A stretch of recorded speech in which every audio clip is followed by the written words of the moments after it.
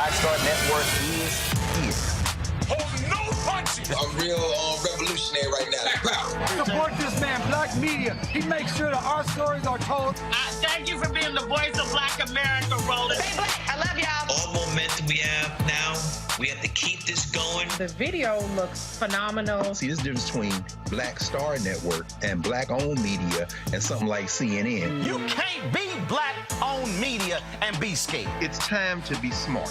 Bring your eyeballs home. You dig?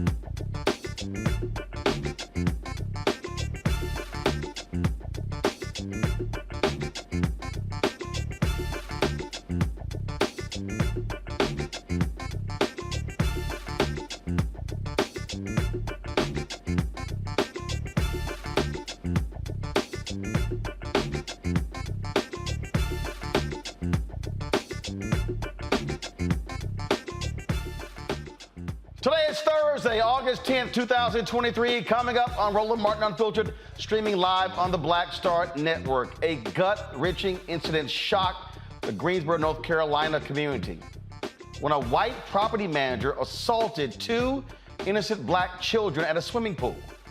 The attorney representing the victims' families will join us to discuss the pursuit of justice. A shocking story out of Georgia. A young couple, they're demanding answers after their baby's delivery turned into a horrifying nightmare. They say the doctor used excessive force during the birth, decapitating their newborn. We will talk with a doctor tonight about how this could happen and the attorney representing the couple about holding those responsible. Folks, we have a special treat for you also. We sit down with the legendary comedian Earthquake, who is celebrating his 30-year-long career in the industry. He'll highlight his comedic journey and upcoming comedy show at MGM National Harbor in Oxon Hill, Maryland. Trust me, you don't want to miss it when the two of us get together. Plus, we'll take you to the heart of the Ohio music scene as we bring you a recap of the Cincinnati Music Festival. And, of course, we got more from the Montgomery Brawl. Y'all know it's been a hell of a week, and we might as well keep it going. It is time to bring the funk. I'm Roland Martin Unfiltered on the Black Star Network. Let's go. He's got whatever the miss, he's on it. Whatever it is, he's got the scoop, the fact, the fine. And when it breaks, he's right on time and it's rolling. Best believe he's knowing. Putting it down from sports to news to politics. With entertainment just for kicks, he's rolling.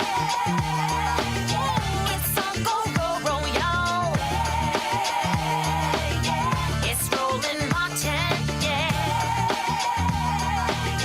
Rolling with Roland now. He's funk, he's fresh, he's real, the best, you know he's Roland Martin now.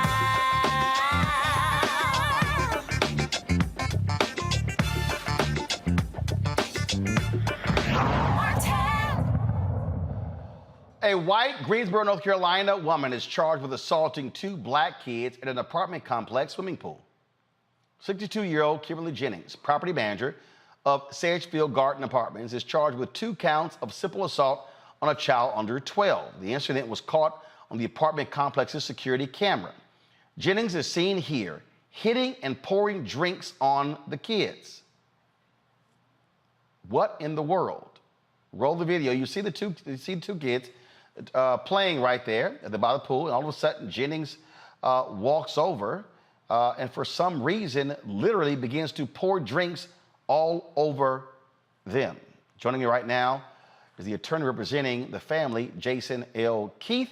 He's joined by Jace Urey one of the kids, 11-year-old Jace. Glad to have both of you here. So first, Jace, what happened? What were y'all doing? Why? What was the conversation? Why did this woman just come over and pour drinks on y'all? Tell them what happened, Jace. Roland, first of all, we'd like to thank you for allowing us to be on the show to bring awareness to this. Jace, tell Roland what happened with that young lady, with the lady. She had hit my sister over a month ago, and Speak up. She had hit my sister over half a month ago, and it was like 2 weeks after that happened, and I had came back. Well, not like it was the same day she had hit her. I had did something about it after I got her loose from her trapping her in there on that day, and then we went back after the day. Well, Roland, let me help him. He's a little nervous. Go ahead. Jace was visiting the pool. It was a hot day. It was one of the hottest days in it was one of the heat streaks in the United States. And him and his sister were visiting the pool. And Kim Jennings is an apartment manager. And apparently she had an issue with him coming to the pool. It wasn't just Jace. There were other kids there as well. They had a prior run-in at some point with Miss Jennings, and it was alleged that she had assaulted his sister, Jayla, once before, and also used racial slurs in reference to Jayla and Jace. The second occasion that was videoed, which is why it has gone viral, Jace was simply visiting the pool, and something happened regarding his sister, and I think he addressed it regarding Miss Kim Jennings. And you see how she visibly assaulted him viciously, unprovoked, by throwing and pouring soda in his face multiple times and smacking him 2 times in the face with the soda can and the soda bottle. And if you look at the way Jace responded by doing nothing, because in terms of talking to Jace, he informed me that she's an adult and he's a kid, and that he didn't feel like he could do anything about it.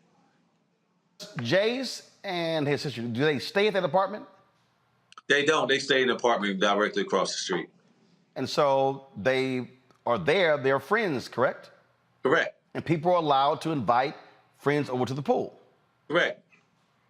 So so what I'm trying to understand is, are y'all the only black kids playing there? Was she targeting the two of you? no. Were y'all the only black kids there? No. My friend King was the one who invited us over here. So, what has been the response so far from the apartment complex? Well, Roland, they have tried to distance themselves as much as possible. There are some legal strategies that we have in play. Ben Crump is involved in the case, Harry Daniels out of Atlanta, and myself. And we've had some communication and correspondence with them. But they've tried to distance themselves, in my opinion, as much as they could. As you know, Ms. Jennings was arrested. She came back and on behalf of the apartment issued a formal apology for what occurred. Of course, you know, Roland, that apology is not enough. When you talk to Jace, he's a shy, regular 11-year-old kid, but he is terrified about what happened. How he reacted and how he responded to that 60-year-old white lady pouring soda in his face, assaulting him with the bottle multiple times, hitting him in his face, just disrespecting him and degrading him to the point to where all he could do is wipe the soda out of his eyes and tell his sister to come on and walk away and go tell his mother is offensive. So we hope and we plan to hold that apartment complex accountable for what happened. And so we're still working behind the scenes, but we have a legal strategy together, and we're going to make sure they pay every dollar that they can to make sure this young man never has to experience nothing like this again, and that they know that this can never happen again on anybody's watch under any circumstances. Well, wow, that is absolutely insane. I don't care how you feel about somebody. You don't just pour drinks over them because you're pissed off. Absolutely, Roland. Absolutely. And he's a child, and she's an adult, and he deserves better. And Jay said it best when he said, Mr. Keith, all I wanted was my mother and my father. And I told my sister, and I went home and I told them. Well, Jace, hopefully you and your sister are doing a lot better. And look, trust your attorneys to be sure to get justice in this case. Tom, thank you. Thank you. All right. Gentlemen, thanks a lot. We appreciate it. Thank you, Roland. Thank you. I'm going to bring in my pal, Dr. Greg Carr, Department of Afro-American Studies at Howard University, joining us from Egypt. Part of his annual trip there, Reese Colbert, host of the Reese Colbert Show on Sirius XM Radio out of D.C., Nola Haynes, Ph.D., Georgetown University, School of Foreign Service out of D.C. as well. I'm going to start with you, Reese. So if people want to understand why black people responded the way they did in Montgomery, it's because of stories like this. Two kids unable to defend themselves, don't lash out, have to take that racial indignity of being mistreated. And again, that's why black people have not only the black people who fought back in Montgomery, but why you've seen black folks with the jokes and the memes and the videos and the chair and everything, because this is the crap that we've had to deal with. Woo, Chad, I'm glad you didn't come to me with that with Jace there, because I don't know if I could hold my composure. She need her ass whooped. She need that chair upside her head for many reasons. Number one, the drink, if you throw a drink, then you about to get dragged across the damn floor, period. Then you turn around and you hit a child, dragged across the floor, point blank, period. She should be blacked up and all kind of shit in her mugshot just for what she did to those children. Because it wasn't just one child she assaulted, but she assaulted 2 children. And it is traumatizing. And it's going to instill a certain amount of fear in Jace and probably his sister that is unfair to them at that age. I'm disgusted at the fact that there were adults that I can see in that picture around that didn't hop on her ass and drag her across that pool. There's no reason why she should have been able to level that kind of abuse at that young boy with clearly having multiple adults around. That's disgusting. And yeah, they have a saying, monkey know which tree to climb. And she knew that she could only try something like that with a child that is going to be respectful and that is going to feel helpless in that situation. And so I think she needs a taste of her own medicine in terms of what it's like to be helpless and to be defenseless. And so anything that happens to her, in my opinion, is not proportionate to the kinds of harm that she inflicted. The fact that it hasn't been stated that she lost her job is appalling, but take that company, that management company, for every single dime that they have, because this is racist, it's disgusting. And guess what? She chose the right one. But keep trying other people and you're going to end up more like the Montgomery bandits that are now the white people that are now facing charges, as opposed to just being able to get their licks in and go. And this right here, Greg, is the thing I keep telling people. Black people have had to deal with these incidents. A few years ago, the black woman at a pool with a white man demanding she show an ID to get into the pool. The folks who try and deliver packages, people sitting there selling lemonade. I mean, we've run so many of these stories, it's unbelievable. And look, when you get sick and tired of this crap, again, we always say, you're going to roll up on the wrong black person on the wrong day, and hashtag team whip that ass is going to show up. No, that's true, Roland. I mean, rolling up on the wrong black person is a long tradition in the United States. In fact, the Montgomery story, I think something that's been underemphasized is that the only difference between what happened in Montgomery and 200 plus years of us being in this country is somebody caught it on tape. We've been having that ass whoopings consistently, and certainly in places like Alabama, Mississippi, and other places. But, there's also a long history of trying to police black bodies around places of recreation, whether it be amusement parks, whether it be pools, places where the public has access. And in this particular case, there's also a tradition, I shouldn't say tradition, there's a history of lawsuits that come as a result of people who have been invited into subdivisions, into private pools by members being excluded from those places because they're black. Certainly, I'm wondering why she hasn't been charged with aggravated assault. In fact, a couple of attorneys here on the trip with us saying, once you've added an object, a Coke bottle, a Coke can, whatever, this could be charged as beyond simple assault, but aggravated assault. And so we don't know whether or not the prosecutor and the other people involved in this situation are in fact shielding this white woman, which of course there's a long tradition of that as well. But finally, these kind of incidents over and over again just emphasize the fact that people act with impunity until they are stopped. And this woman here has certainly, she's certainly facing a situation where I don't know what will happen to her, but I know one thing: she should probably have her head on a swivel from now on in those parts. Again, Nola, I keep saying it on this show. I'm telling you that there reaches a point when folk ain't playing. And I saw a story the other day. I think somebody's suing a Popeyes worker because some customer was going off on the worker, and the worker just snatched homegirl's braids out of her head. And I've seen it. I've seen where people act a fool with customer service folk, and they are showing all of their ass, and you don't know what that person's been dealing with. You don't know what they've been going through, and folk take a whole lot of stuff, and then when somebody snaps, they're like, "Oh my God, they snapped." Yeah, because you kept acting a fool. Listen. So I think a lot of people forget that we are free. We are actually free. And, Black folks, for the most part, we just want to live our lives. We just literally want to live our lives. And so we try, when we are out in the world and just living our lives, we're not trying to harm anybody. We're not trying to do anything to people. We literally just want to live our secure lives and do what we can for our families. And then people come and mess with us. Right.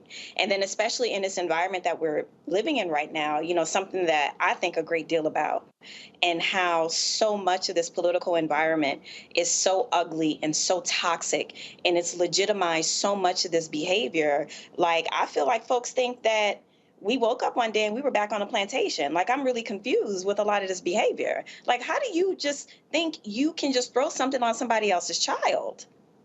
And how do you think you can police a Black child's body because that child is Black?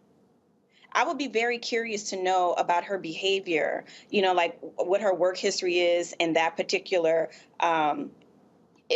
she has some level of authority at this apartment complex. Like, I'm very curious if she has a history of this with other children. This is just not okay. And, the last thing that I want to say about this is this has greater implications. Like, when I'm watching all the different things that are happening, and Lord knows I was laughing at all the Mississippi Melee, Mollywop memes, but through my security lens, I'm wondering, is this like a slow snowball up the hill to some sort of race-related civil war? I've been very careful not to go all the way there, but we are looking at things like this that are happening all the time. And like everyone on this panel has said, it really does take to mess with the wrong one day. What if everybody in Montgomery had guns? So what I think about this is the next escalation, because everyone's at that tipping point. I think it's a combination from quarantine, Trump, tons of things. Everyone is on a tipping point, and that's how I'm looking at all of these things. Bottom line is here: leave Black folk alone. I'm telling y'all, because it ain't gonna end well. Gotta go to break. We'll be right back. You're watching Roland Martin Unfiltered on the Black Star Network. Be sure, of course, if you're watching on YouTube, hit the like button, folks. See y'all commenting. It's just real easy. Hit a click. Not a problem. Also, download the Black Star Network app, Apple phone, Android phone, Apple TV, Android TV, Roku, Amazon Fire TV, Xbox One, Samsung Smart TV. Also, your dollars make it possible to do what we do. So please join our Bring the Funk fan club. Send check-in money orders to P.O. Box 57196, Washington, D.C. 20037-0196. Cash App, $RM Unfiltered. PayPal, R Martin Unfiltered. Venmo is RM Unfiltered. Zayo, Roland at RolandSMartin.com. Roland at RolandMartinUnfiltered.com. Be sure to get a copy of my book, White Fear, How the Browning of America is making white folks lose their minds. Available at bookstores nationwide. Order on Amazon. Download the audio version on Audible. And Birmingham, I'm going to be in the house tomorrow. Book signing at the Harambe Room, 6 to 8 p.m., 1815 4th Avenue North. We'll be discussing my book, White Fear, how the Browning of America is making white folks lose their minds. And Lord, they are losing their minds. As you see with Montgomery and this story in North Carolina. We'll be right back. Question for you. Are you stuck? Do you feel like you're hitting a wall and it's keeping you from achieving prosperity? Well, you're not alone. On the next Get Wealthy with me, Deborah Owens, America's Wealth Coach, you're going to learn what you need to do to become unstuck and unstoppable. The fabulous author Janine K. Brown will be with us sharing with you exactly what you need to do to finally achieve the level of financial success you desire through your career. Because when I talk about being bold in the workplaces, I'm talking about that inner boldness that you have to take a risk, to go after what you want, to speak up when others are not. That's right here on Get Wealthy, only on Black Star Network. Hatred on the streets, a horrific scene, a white nationalist rally that descended into deadly violence. White people are losing their damn minds. As an angry pro-Trump mob storms the U.S. Capitol, we're about to see the rise of what I call white minority resistance. We have seen white folks in this country who simply cannot tolerate black folks voting. I think what we're seeing is the inevitable result of violent denial. This is part of American history. Every time that people of color have made progress, whether real or symbolic, there has been what Carol Anderson at Emory University calls white rage as a backlash. This is the rise of the Proud Boys and the Boogaloo Boys. America, there's going to be more of this. Here's all the Proud Boys, Dave. This country is getting increasingly racist in its behaviors and its attitudes because of the fear of white people. The fear that they're taking our jobs, they're taking our resources, they're taking our women. This is white fear.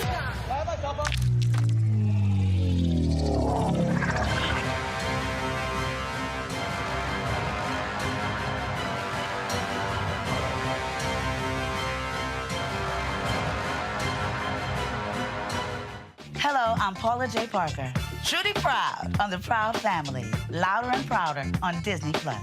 And you're watching Roland Martin, Unfiltered.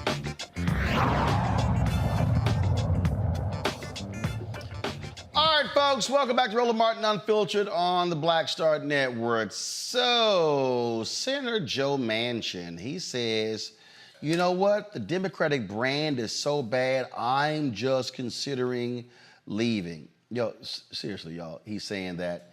You know what? I really think,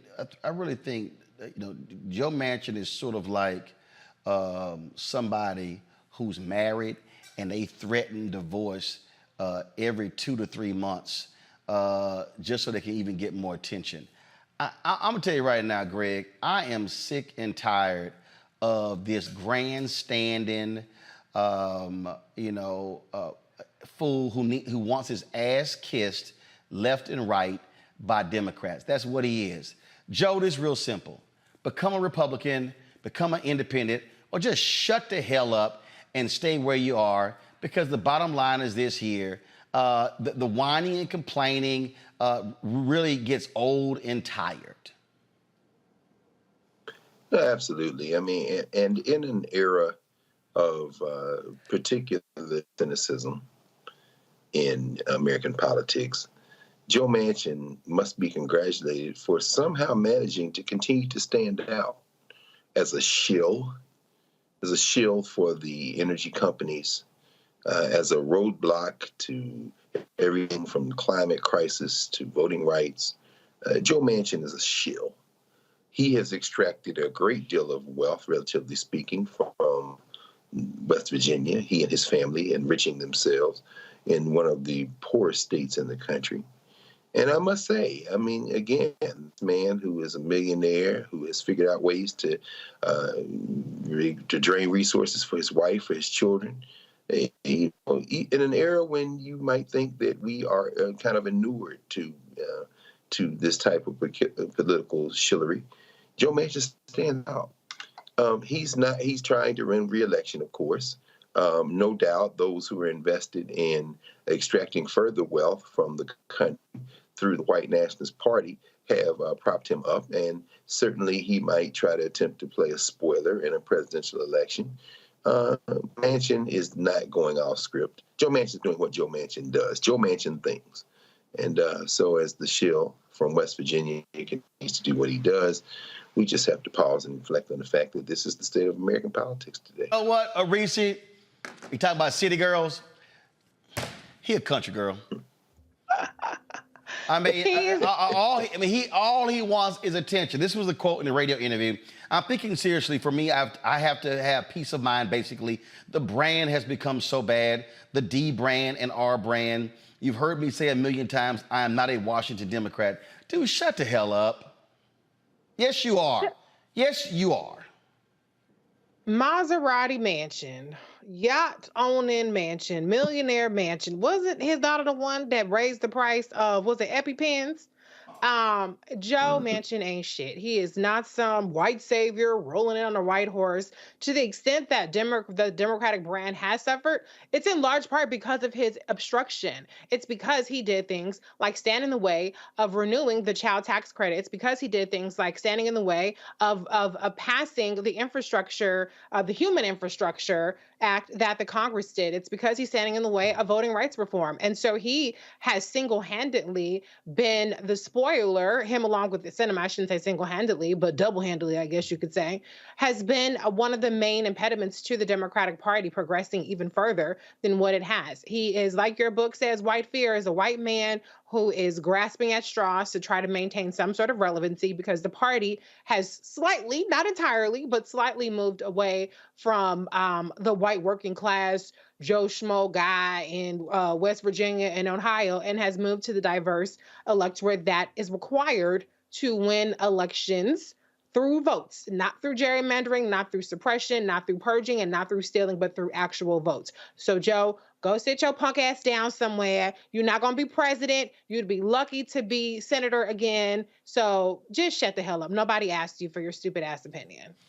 Nola, he says, he's been thinking about this for quite some time, and he wants to truly be an independent voice. But you sure didn't get elected as one, so you didn't mind running as that D for re-election. Yeah, absolutely. I'm going to talk about this through like the lens of like Southern politics and the neck of the woods that he's from. I'm going to go ahead and definitely throw them into kind of like the mix of, coming off a certain way, talking to a certain demographic a certain way, being folksy and all these different things. Like it's been done, but I feel a certain way when, people from my neck of the woods get exploited by folks who use that kind of every guy language. I remember the first time Manchin was on my radar back when Chris Hayes was still on, when he was still doing hardball. Chris Hayes? Wait a minute. Chris Matthews. Chris Matthews. And, Manchin came on the show and he said all the right things. Even some of my family members was like, well, he's saying stuff that makes sense for rural folks in Louisiana. Like he's speaking a specific language. And as we've seen over time, Reese used the word obstructionist. I mean, low key, that's what I pretty much assume that's what his job is. Like, I'm not surprised at all by this announcement because I started to get the feeling that you're not what you say that you're about for all the different reasons listed. But for me, I take offense because it's like the same group of people continuously get exploited over and over and over by people that have absolutely nothing in common with them, saying that they have everything in common with them and that they're looking out for them. And I just don't think that that's the case. Yep. I just sit here and again, it's just wonk, wonk, wonk. And here's the whole deal. If you're going to leave, just leave. Just shut up. Like all this, oh, I might stay, I might go, and I'll be treated well. The brand is bad. Go or stay. Shut up, please. All right, y'all. Gotta go to break. We come back to this crazy case out of Georgia where a family is suing the doctor in the hospital for decapitating their newborn. A shocking and stunning story. We'll talk with the family's lawyer next. Also in the show, Montgomery brawl. The folks, the cops, the white folks, the cops said they got warrants out for their arrest. They have turned themselves in. We'll show you their mug shots and show you more great videos and memes that black folks have been putting out fast and furious. You're watching Roland Martin Unfiltered right here on the Black Star Network.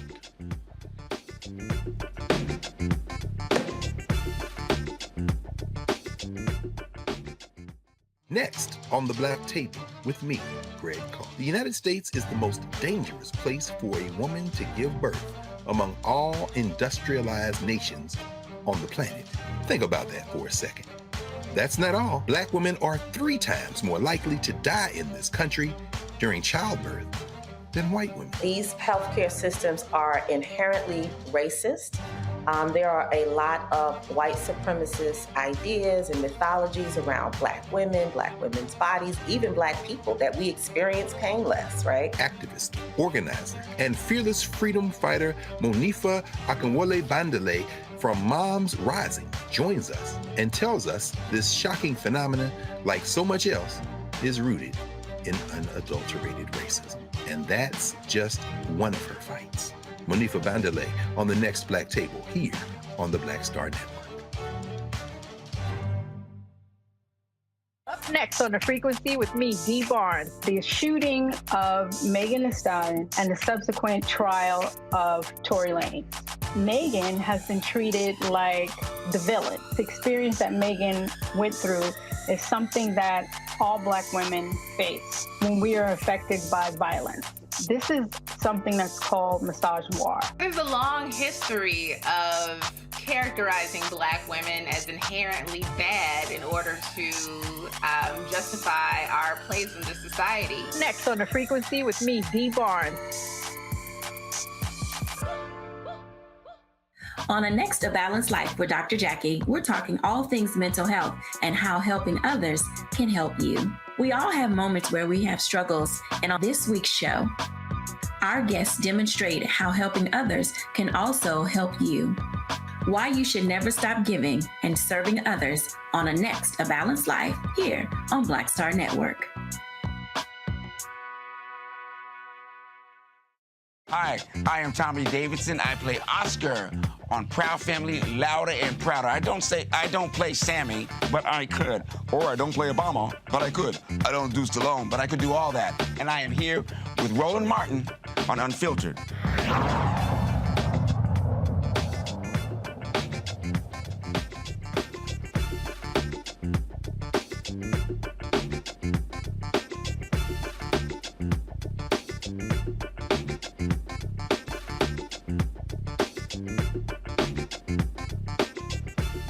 A young Georgia couple says the doctor delivering their baby used too much force and decapitated the newborn.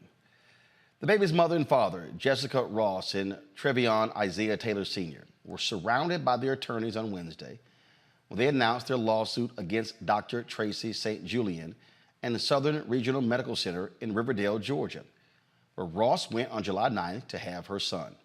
The parents discovered what happened to their son when the funeral home told them their baby was decapitated. Joining me now from Atlanta is the attorney representing the couple, Dr. Roderick Edmond. Dr. Edmond, glad to have you on the show. So, okay, what in the world happened? What do they say happened when the child was born?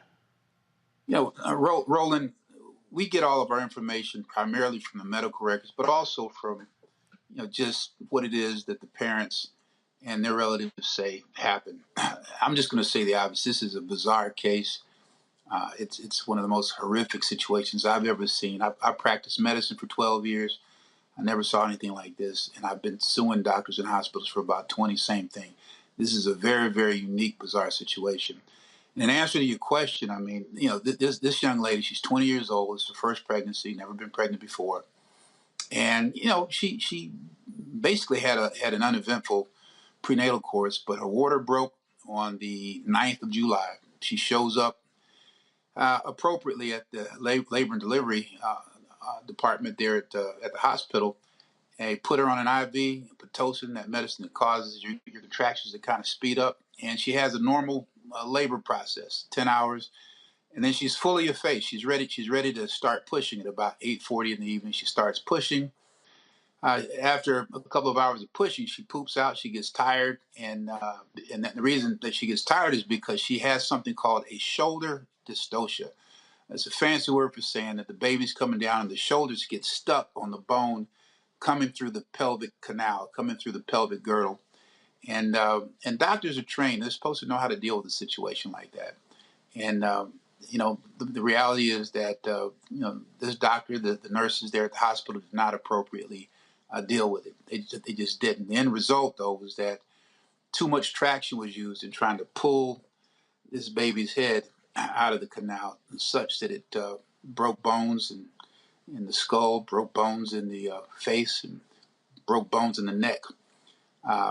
Everything indicates, and again, we're going to get more information as we go through discovery and litigation, but everything suggests that before they call for the cesarean section, that's when they go in and cut the baby out from the abdomen. This baby probably had died already.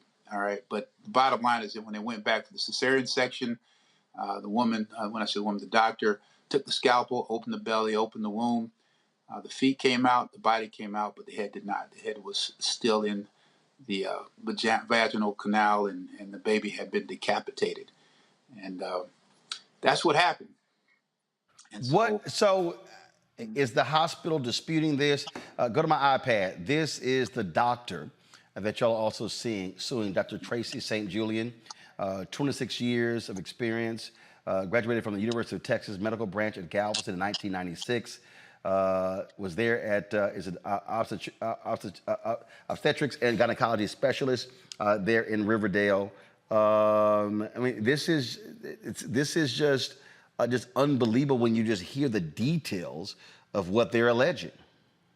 Right, it is shocking, and I was looking at the commercials that you all showed before you started this section, and it may just be by accident, but somebody was talking about the increased incidence of deaths and injury to mothers and babies, Black mothers and babies. That is pandemic. That's an issue that we've been covering extensively over the past year. Yeah, well, I mean, here we have a situation. You have a young Black mother who basically had a horrible outcome. There was a 2021 Blue Cross Blue Shield study, and they did a very, very scientifically based analysis, and they came to the conclusion that Black women have a 63% greater risk of having injury to themselves and to the baby, and death to themselves and to the baby.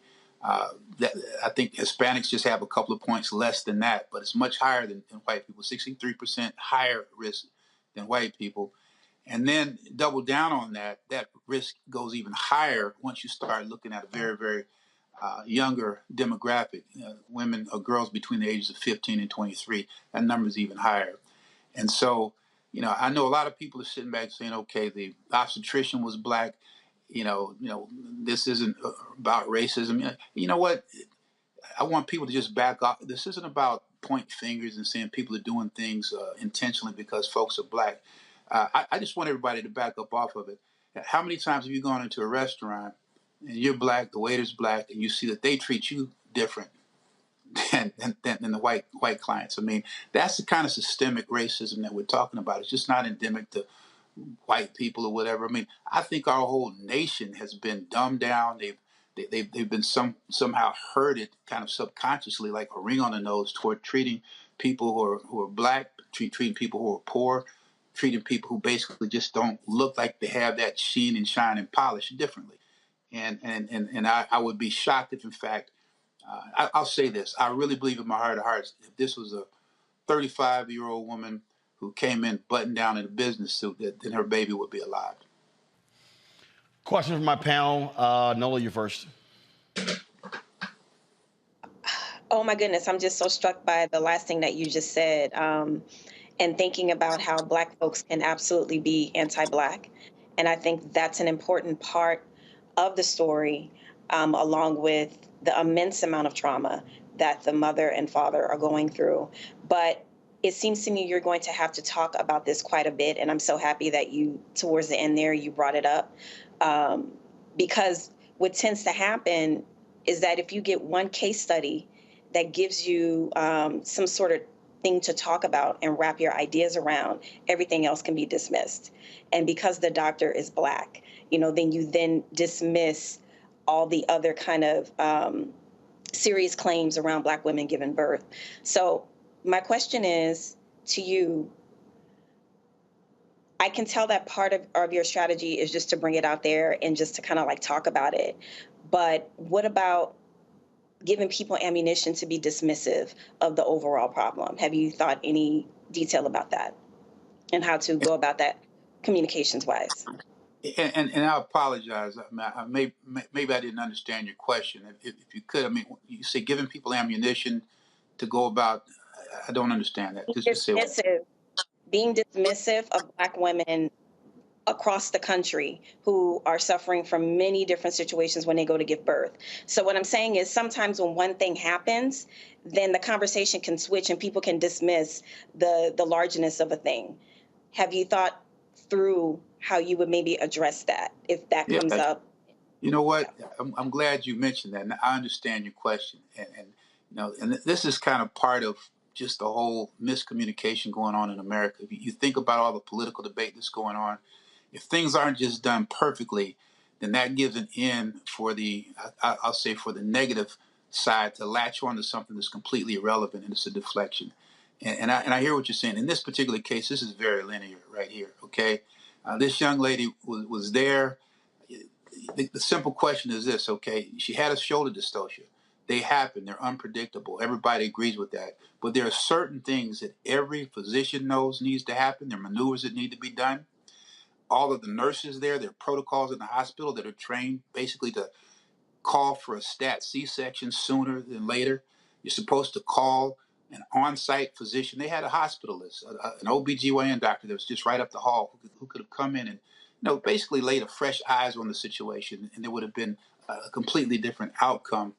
There was so many things that could have been done that could have had a much, much better result. And in answer to your question, you just have to basically tell the truth, stay linear, don't get deflected, don't go down the rabbit hole. You're going to have people coming in talking about things that have nothing to do with the price of tea in China with this young lady. The reality is there was so much trauma put on the baby's head that it broke bones. That is negligence per se, period. All right. Now, everybody's talking about just what happened with the decapitation. This baby was decapitated. But I can tell you this. Again, having practiced medicine, sometimes doctors have horrible days. Doesn't mean they're bad people. It means they have horrible days. Some of the negligence that I've seen from good doctors, you just ask them, and they'll tell you, I don't know what the hell I was thinking that day. But what's really, really sinister about this case, you all, is that after the baby was decapitated and the girl was sewn up, they finished her surgery at 3 o'clock in the morning. This doctor came into her room 2 hours later and essentially withheld information, did not tell this young lady, that her baby had been decapitated. She told them that your baby died from injuries to his neck, completely purposefully withheld the fact that this baby had been decapitated, reasonably knowing that once they found out the details and the reality of what happened, then they would be that much more emotionally traumatized. And so there was a cover-up that happened in terms of the dissemination of information. I want to double down on that. The same day after the baby died, you had people who were there working in the hospital. They lied to this young couple. This girl was 20 years old. Her boyfriend's 21. They told them that, hey, you all's baby's death, those circumstances do not warrant there being a reflexive, free autopsy that's to be done by the medical examiner in the county. And that's just an abject lie. Those circumstances of the death are exactly why they do reflexive autopsies. And they tried to encourage this couple to cremate their baby in an attempt to destroy evidence. So they're trying to obstruct the development of evidence, and then also they were trying to destroy evidence. And this is the crazy part. A couple of hours after her baby was dead, this young lady tearfully, sorrowfully said, "I want to see my baby." Like just about all women do when they have a baby that dies. They usually open up the blanket, they look there, and make sure all the fingers are there and everything. And you know what the people at the hospital told her? They told her, "You can't see your baby." She insisted, she persisted. And once she persisted, they said, "Well, okay, you can see your baby, but you cannot hold your son." And so what they did is that they wrapped the baby up tightly in a swaddling blanket. They propped the baby's head up on the body and laid it in a bassinet, and she was able to look at her baby through a glass window, thinking that her baby was intact. And that happened.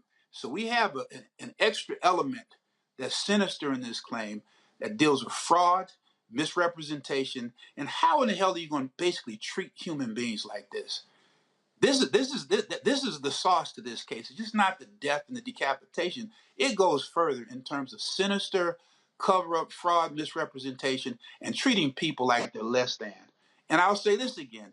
They damn sure wouldn't have treated those young people like that if they weren't young and black. See? Yeah, my heart goes out to your clients. This is horrific. It's, I think, every woman who's gone through pregnancy is their worst nightmare.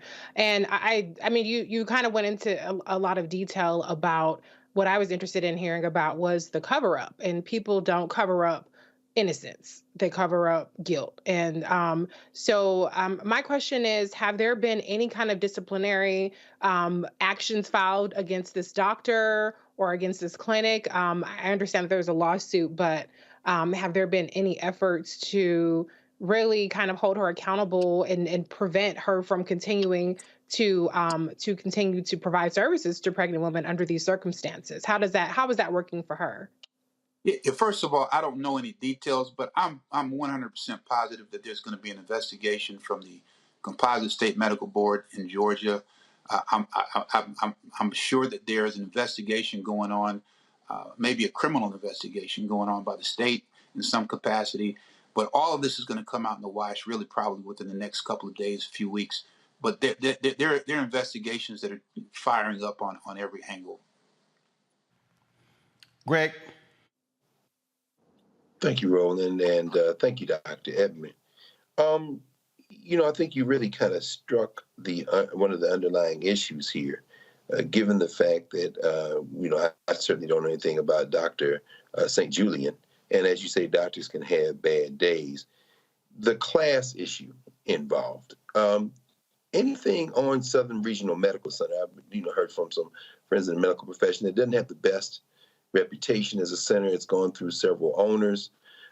As a physician and as a lawyer, institutionally, how can things like this happen? And I was the one that indeed I talked to Monifa Bandele for Moms Rising about these issues.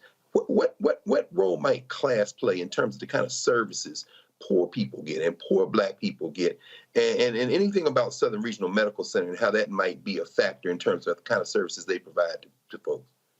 You know what? I don't know enough really to talk specifically about Southern Regional Medical Center in terms of their persistent quality or lack thereof. The fact that they've had multiple owners, in my mind, that doesn't suggest that there's any lack of quality. I mean, this is a tough time financially, economically for hospitals. But I will address your question in that it just seems, and it's reflected in those numbers, that it seems that categorically across this nation that poor people, I said poor white folks statistics are probably just like Black folks. Poor people, poor people, Black people, Hispanics, people who just categorically in our system are looked at as less than, they systemically get less care or poor quality care. And that's just that's what the data shows. And again, you have people coming from all institutions trying to figure out why. And so that's the big question. And you know what? I think as long as we shine a light on it like we're doing right now, we're going to figure it out. All right. All right, then. Hey Roland, before we get going, I just want you to know that I pledged a guy named A. Scott Bolden down in Morehouse. And he called me today and he told me to tell you that what do you call 5 alphas and 1 kappa? And easy, five much smarter men. He said 5 alphas and 1 kappa. He says that's called a fair fight. All right, so. Well, first of all, anybody who chooses to pledge a youth group that's a fraternal imposter knows better that that's not the truth. See, it was smart for you, Doc, just to keep moving. See, you shouldn't have even started any of that, because trust me, it don't end well for y'all. So. But guess what? But then after that, he said, "Tell the brother I love him." Yeah. That's called don't make. Hey, Henry, give me a shot. Doc, keep it up. You gonna meet that right there. I hear you. Look up, y'all. All of y'all. Keep on doing. You're gonna meet that chair right there. All right. Doc, all right. We appreciate it. Thank you so very much. Thanks a lot. Thank you. All right. Folks, I'm gonna go to a quick break. We come back, we're gonna talk to a doctor who can explain what actually happens in the medical room and how this possibly could have happened. Man, sad story. You're watching Roland Martin Unfiltered right here on the Black Star Network. When you talk about blackness and what happens in black culture, we're about covering these things that matter to us, speaking to our issues and concerns. This is a genuine people-powered movement. There's a lot of stuff that we're not getting. You get it, and you spread the word. We wish to plead our own cause. Too long have others spoken for us. We cannot tell our own story if we can't pay for it. This is about covering us. Invest in black-owned media. Your dollars matter. We don't have to keep asking them to cover our stuff. So please support us in what we do, folks. We want to hit 2,000 people, $50 this month, raise $100,000. We're behind 100,000, so we want to hit that. Y'all money makes this possible. Check some money orders. Go to P.O. Box 57196, Washington, D.C. 20037-0196. The Cash App is $RM Unfiltered. PayPal is R Martin Unfiltered. Venmo is RM Unfiltered. Zelle is Roland at RolandSMartin.com. Question for you. Are you stuck? Do you feel like you're hitting a wall and it's keeping you from achieving prosperity? Well, you're not alone. On the next Get Wealthy with me, Deborah Owens, America's Wealth Coach, you're going to learn what you need to do to become unstuck and unstoppable. The fabulous author Janine K. Brown will be with us sharing with you exactly what you need to do to finally achieve the level of financial success you desire through your career. Because when I talk about being bold in the workplaces, I'm talking about that inner boldness that you have to take a risk, to go after what you want, to speak up when others are not. That's right here on Get Wealthy, only on Black Star Network. Hi, I'm Jo Marie Payton, voice of Sugar Mama on Disney's Louder and Prouder Disney Plus, and I'm with Roland Martin on Unfiltered.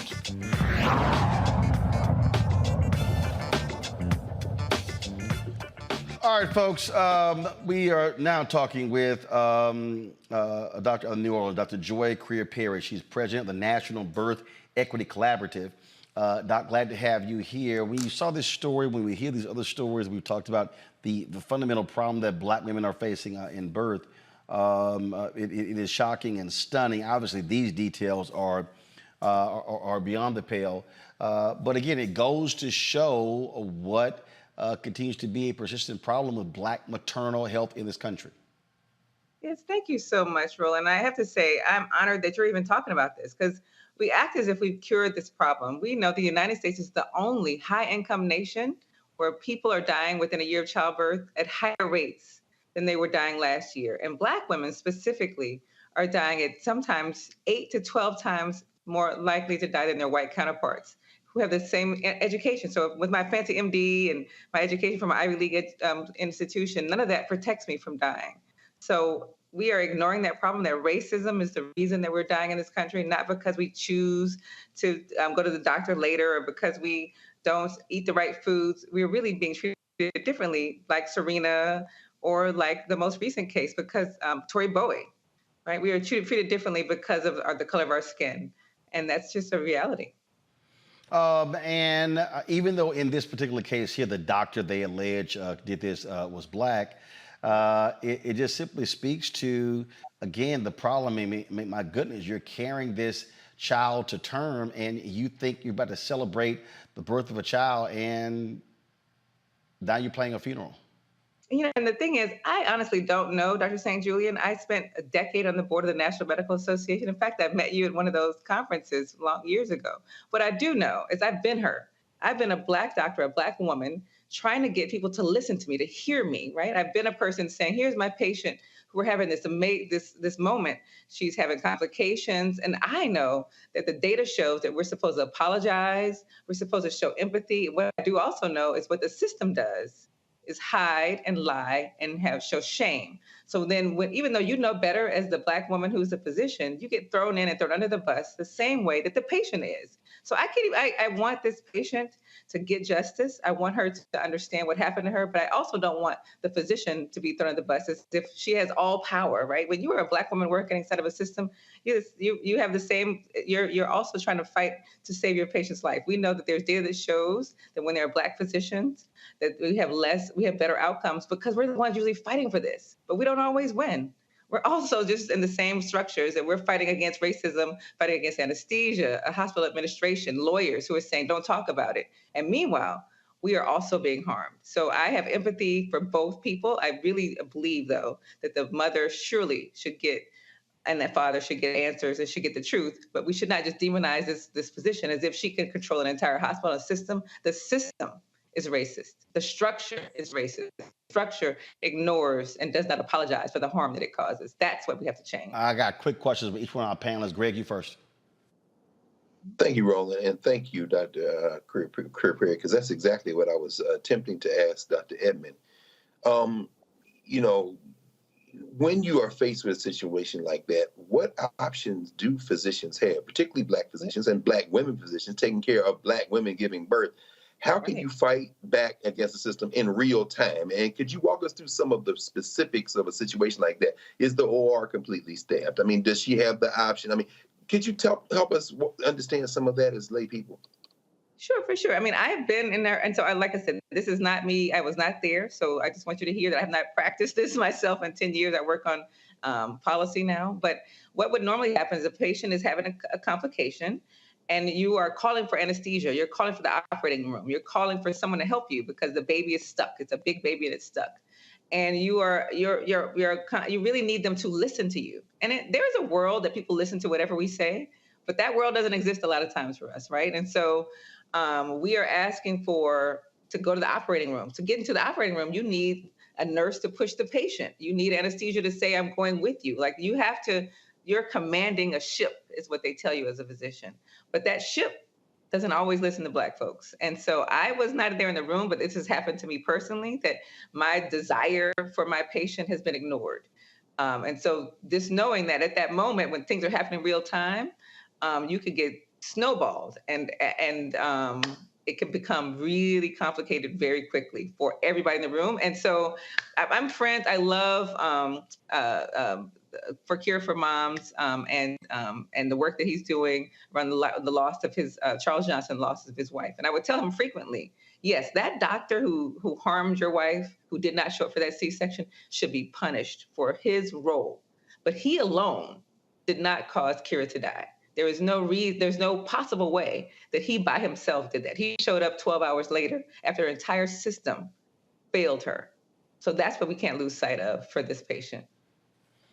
Reese? I'm just struggling because a baby was decapitated. So Sure. I'm trying to find like the sympathy where there's a lack of accountability and a cover-up involved. So I that's all I got. I'm sorry. That's all I got. Yeah. And truthfully, that's real, right? Like I have never had a full term. So when I first saw the story, I thought, oh, it was a preterm baby, or it was because that does happen. So I was looking for data to show that when we sometimes, I mean, I have a child that was born that only weighed a pound. And he's still alive. He's 26 years old and he eats too much food and talks noise to me. But at the time, he was the smallest living fetus. So there are people who, in delivering that small little a baby that weighs less than a pound, you do sometimes decapitate, right? And it sounds like unbelievable, but that is honestly pretty common. When I first saw the story, I thought, oh, it's a preemie, and they're demonizing the physician. But as I dug into it further, what I realized is that truthfully, it can happen just like it can happen at any stage, right? And like I'm saying, I don't know her. They're not friends. This is not me I'm also just offering that she alone did not cause the baby to be decapitated. That operating room had to have at least 10 people in it. And she was causing different things to happen because that's what happens all the time. And I mean, I will tell you this, my one maternal death, her name is Ashley. And I tried very hard to keep her from dying. And I, as an alone physician, could not control the ICU, the physicians, the ER, and all the things that happened to her. So I still pray for my own spirit and my own soul for the fact that she's no longer with us. Nola. Thank you so much, Doctor, for spending time with us this evening and talking about a very difficult topic. I have more of a policy question for you. Long time ago, when I was an undergrad, I feel like the theoretical idea of cultural competency was everywhere, and then they tried to turn it into policy, right?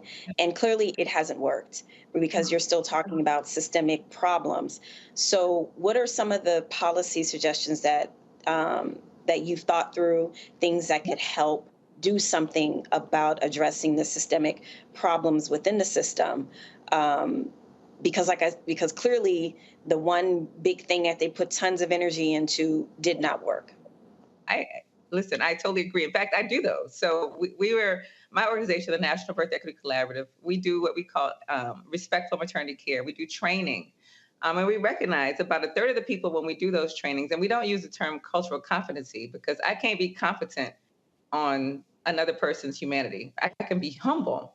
So there are two physicians who are Black physicians, actually, out of California, who created a term called cultural humility. And there's an entire curriculum that we use around humility, like learning, like this is lifelong learning. I will never be competent around how someone is Jewish, just like Jewish people will never be competent around Blackness, right? This is not some test you check off and say, I've now learned everything there is to know about being a Black person or being an Asian person. And so now I could go in and take care of this patient. It's walking to that space humbly.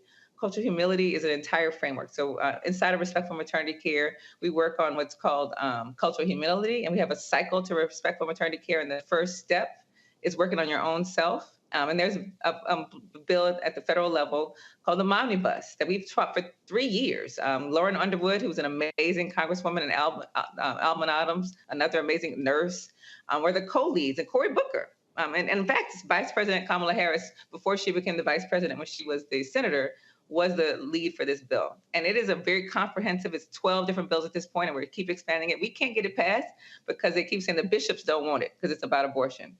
And this, if nothing else, shows you that this is not about abortion, that any person who's a descendant of the enslaved, whether you have a uterus or not, should not want a state government to tell us what to do is important. And this is this young woman and this baby dying are a great example of, until we have competent care, until we invest in the entire team, understanding that they have to follow the directions of a physician, even if it's a Black woman, we're going to keep seeing outcomes like this. So I'm hoping that your listeners on this show will really support us in trying to get the Omnibus passed, because although it's not perfect and although nothing is a silver bullet, it is the most comprehensive bill that we know of to ensure that people, Black women specifically, are seen in the future and are valued, and Black mamas are valued.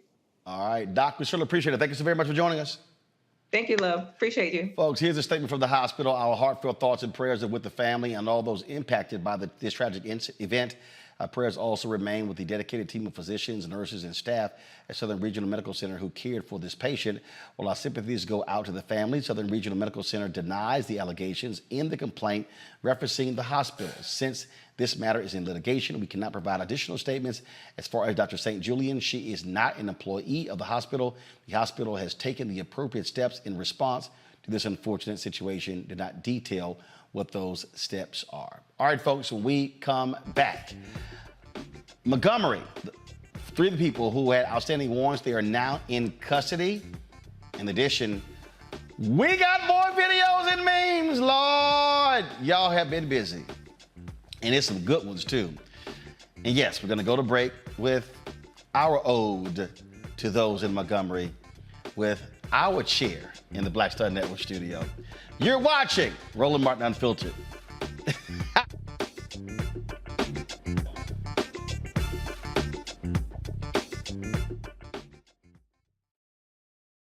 Up next on The Frequency with me, Dee Barnes, the shooting of Megan Thee Stallion and the subsequent trial of Tory Lanez. Megan has been treated like the villain. The experience that Megan went through is something that all Black women face when we are affected by violence.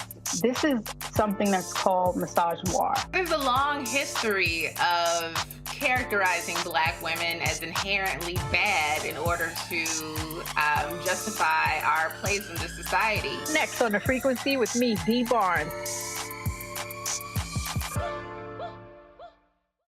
Next on the Black Table with me, Greg Carr. The United States is the most dangerous place for a woman to give birth among all industrialized nations on the planet.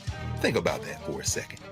That's not all. Black women are 3 times more likely to die in this country during childbirth than white women. These healthcare systems are inherently racist. There are a lot of white supremacist ideas and mythologies around Black women, Black women's bodies, even Black people, that we experience painless, right? Activist, organizer, and fearless freedom fighter Monifa Akinwole Bandele from Moms Rising joins us and tells us this shocking phenomenon, like so much else, is rooted in unadulterated racism. And that's just one of her fights.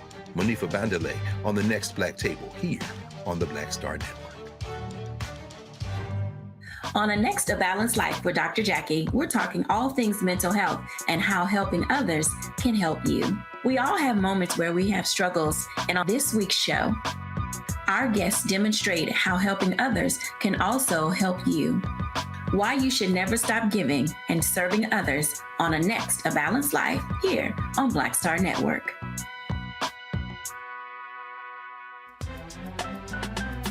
I'm Faraji Muhammad, live from LA.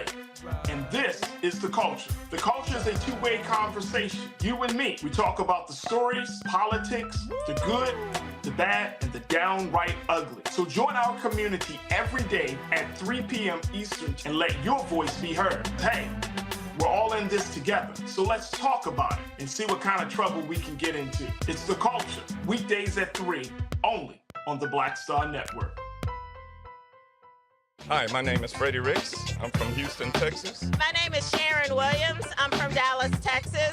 Right now, I'm rolling with Roland Martin, unfiltered, uncut, unplugged, and undamn believable. You hear me?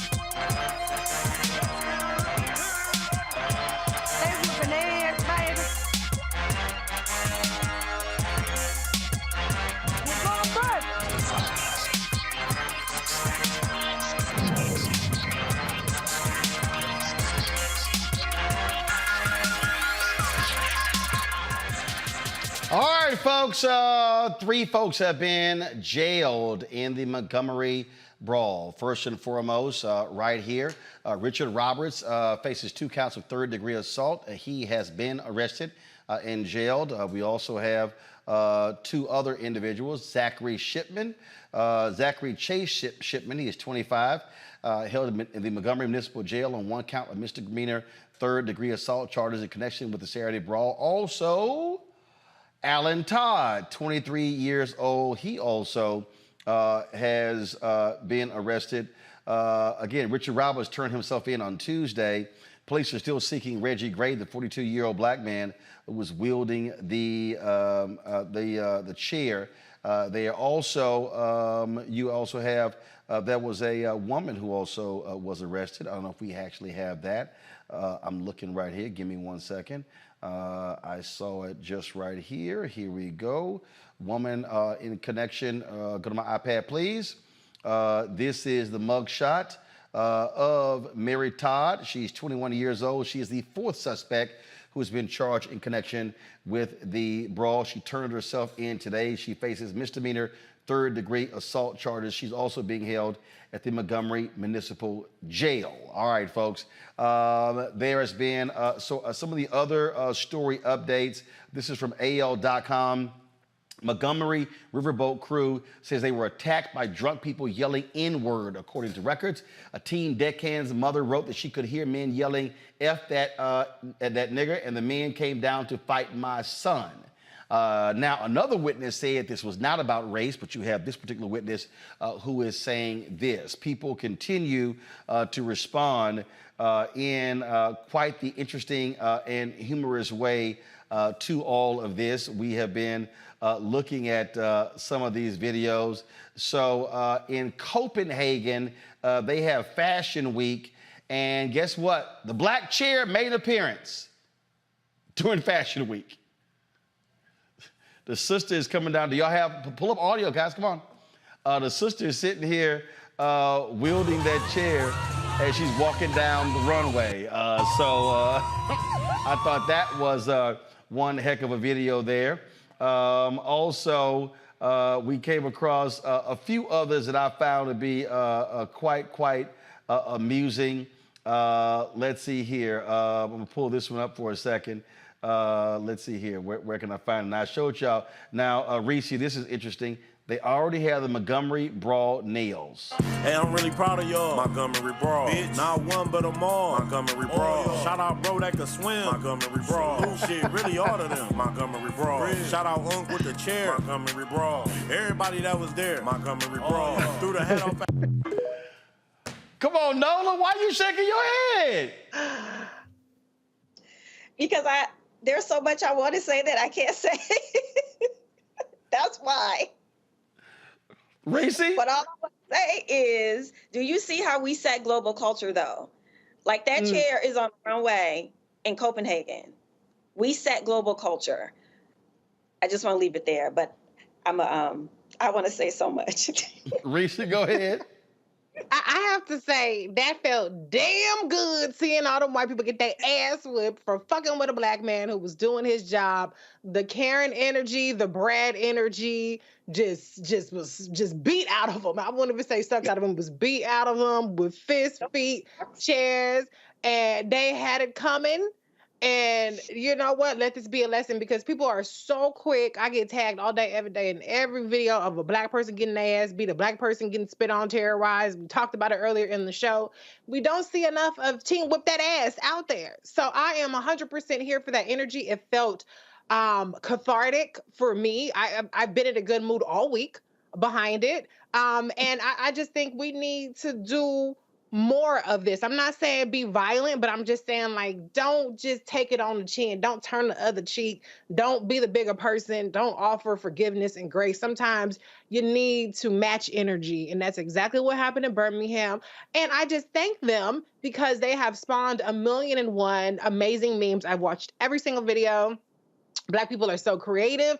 And now we got a new thing added to our lexicon, which is the chair. The chair is now, we got the black fist and we got the chair. So if anybody sees a chair, then you know what's about to go down. It's about to go down, and everybody knows it. And it's ours for now. Well, until they start outlawing chairs. And I'm glad you said that, folks. Y'all can go to Roland Martin Unfiltered right now, and y'all can get this. All right, front of the shirt, hashtag Team Whip That Ass. On the back is Bring the Funk on the back of it as well. So if y'all want to get y'all chair Team Whip That Ass shirt, Roland Martin Unfiltered, then y'all can do so. It is available now on our of course, product page. We've got other products where you can buy other shirts, things along those lines. But yeah, right there. This is the front of the church. This is the front of the shirt right there. It says, because y'all know I've been using the hashtag Team Whip That Ass for a long time. It started when me and Teray had a battle on Twitter when he felt I was wrong for believing in corporal punishment. I was like, no, Team Whip That Ass. I'm a firm believer in that. So, yeah, so you can get your official Roland Martin Unfiltered Black Star Network chair Team Whip That Ass shirt. Again, that's the front of the shirt right there. This is the back, hashtag Bring the Funk, because y'all know that's what we do. All right, we got some other videos. Roll it. This song goes out to all the soldiers on the battlefield in Montgomery. Here we go. If you go to Montgomery, you gon' mess around and find out. If you go to Montgomery, you gon' mess around and find out. Down by the riverboat, you go to Montgomery, you gon' mess around and find out. All you gotta do is hop off the riverboat, because Montgomery want all the smoke. Oh, you walk over, limp back. You walked over, limp back. Grab that chair, it's right over there. Look at that man, my God, he's swimming fast. Take off your shoes, you know what to do. We finna fight, been doing it all our life. They thought they had us chained, but God said not today. Best for Dr. King, because he wouldn't swing. Best is for Obama, yeah, we should've won. Django coming back, and Jamie did too. Attacked us by the river, the ancestors came through. Oh, they walked over, limp back, and that's a fact. On period, on everything. Oh, there's gonna be a new line dance, Greg. We gonna make a line dance. Absolutely. You know, it's very interesting. We've been here for about a week and a half so far. Right now, I'm sitting in that Swan, and where we're staying requires a boat, a ferry, and you know, dozens of times a day. Ferries go back and forth between Elephantine Island and the mainland here in Esquan, and they're run by Nubians. So when men who look just like us, you keep your mouth shut, you wouldn't be able to tell the difference between one of us and Nubians here. And of course, you can imagine with that kind of traffic on the shoreline, there are going to be moments when the boats bump into each other. They got the tires on the sides, and it's all very calm, all very peaceful. These brothers all know each other, and they've been working, some of them, for decades at this trade. As we were having the conversation, the Africans from the United States, to the tune of about 220 is what we took over here this time. This has been one of the very few stories from the United States of America that we've been talking about. It's very refreshing to be outside of a criminal enterprise where race is the framework through which we live our lives, and to be among people for whom this is not an issue. Why am I drawing this? This kind of energy is two things come to mind. Number one, as I said earlier, the only thing that is really different between what we're seeing with this and what has happened before in Alabama, Mississippi, and everywhere else is that it was caught on tape. Hell, half of the Great Migration happened because Black people whipped that ass. The Negroes in Detroit are there because they came from Alabama, because more often than not, when a white man decided to nuck if you buck, the Black person took them out, and that's why they had to leave Alabama in the middle of the night to go to Detroit. Same thing for people from Louisiana and Texas and Las Vegas, people in LA coming from places like Arkansas and other places, people from Buffalo, New York, or Chicago, from Mississippi, and from the Carolinas and to Philadelphia. I say all that to say that this is not new. So that's the first thing. We should be careful to say we finally had enough. We had enough when the first hands were put on us, and the first hands were Black. The second thing I think is very much more important in some ways, and that's this. What this is doing, I agree with Reese, it's a global phenomenon. What this is doing is serving notice that this type of response to white terror and white violence is now being energized by a new generation. The United States of America doesn't have enough police, doesn't have enough deputy police in terms of white people to really to any way neutralize the combined anger and pent-up emotion of Black people. Making these videos, all this kind of thing, particularly of something that, quite frankly, it might be an act of assault, is an open declaration that we don't give a damn about the law. We don't give a damn about any potential punishment. If you come over here, we're going to dance with you, and we might take your legs off. Think about that for a minute. Think about that.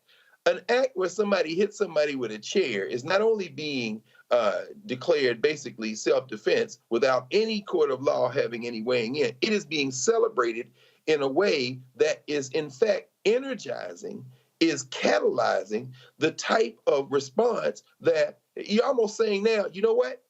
It's okay.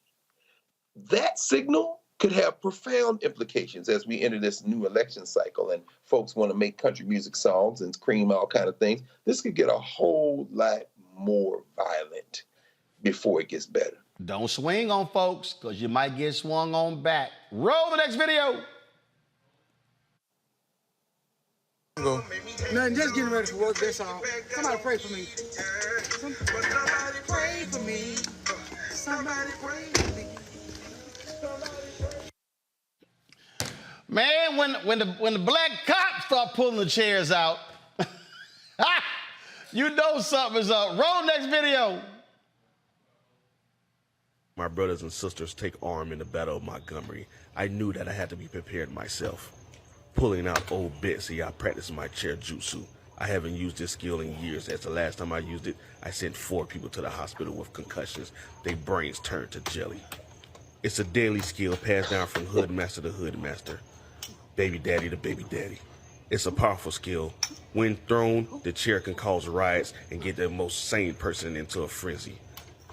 But it's necessary, and I will be ready.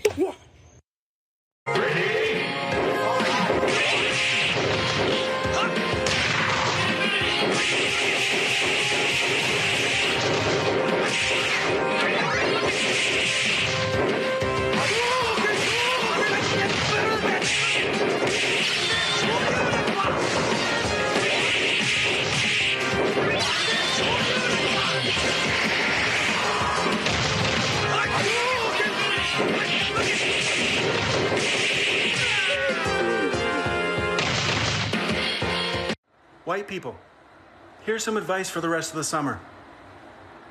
Stay out of the water. Between the Titanic claiming fresh victims in 2023, orcas taking down yachts, and the Alabama sweet tea party, white people are having a tough time of it in the water these days. And I know a lot of people are not going to like this advice, because there is no one on this planet more entitled than a white guy in a boat. And we saw that entitlement, that privilege with those guys on the Titan submersible. We also saw it with these fucking idiots in Alabama who refused to move their boat for a ferry full of people even after a security guard asked them to. Then they decided to jump the security guard. And I'm sure these guys are all about law and order, right? Well, little did they know that the entire black population of Alabama had that security guard's back. Black people of all ages, all genders, were unified as one. Black people were swimming. I mean, they were breaking all types of stereotypes just to kick these guys' fucking asses. And it was beautiful. And I don't know if you know this about me, but I'm white. Very, very white. And I loved it. And I'm sure I'll have racists all up in my comments calling me a race traitor, saying I should just rub my white skin off like they did when I said that slavery was actually bad. But I don't give a fuck. See, normal white people, we don't really have racial solidarity. We might have like ethnic solidarity. You know, we like identify with other, Irish or Italian or Germans or whatever. But we know that racial solidarity with white people gets very ugly very fast. So when white people do some racist, idiotic shit and get their comeuppance, we love it. So I guess my advice isn't really stay out of the water. I guess my advice is don't be an entitled racist idiot. I got nothing for those orcas, though. All right, Rita Brent is a comedian, and she has been killing it. Oh, my God, y'all. She put this prayer out, and I had to play it. And eternal Jesus, Lord, we come to you today feeling glorious and victorious after pulling off an unlikely feat around 7 p.m. in Montgomery, Alabama. Lord, we were rolling on the river with some saltine crackers yesterday, Lord. But vengeance was ours, said the Negroes who came to help our dear brother Leotis, who was just trying to do his job and bring the Harriet II boat back to the dock. Now, Lord, I don't know if that main name is Leotis, but it's going to be for the purpose of this prayer, because that was a very Leotis-like fight. Lord, we just want to thank you for sending down your Bout Them Life angels from Them Hands University.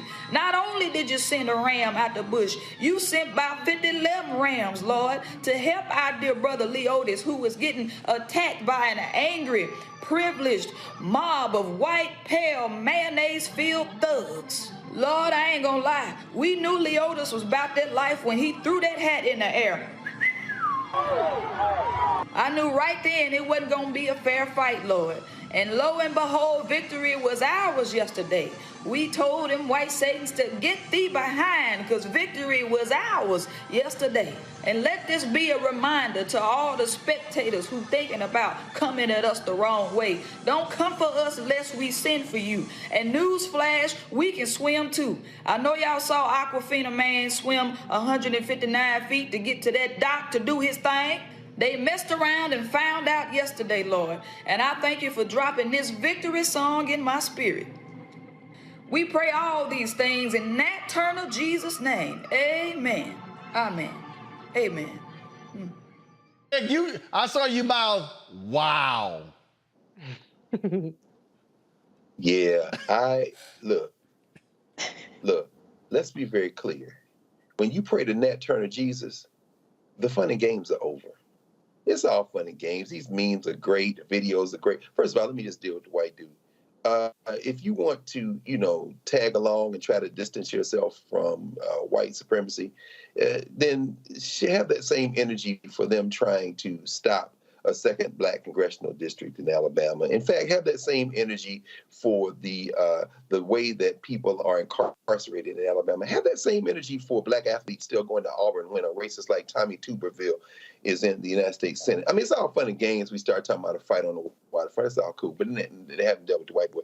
When you pray to Nat Turner Jesus, it's more than just about a chair hitting somebody in a brawl on the side of a ferry on the waterfront. Now you're talking about a real fight.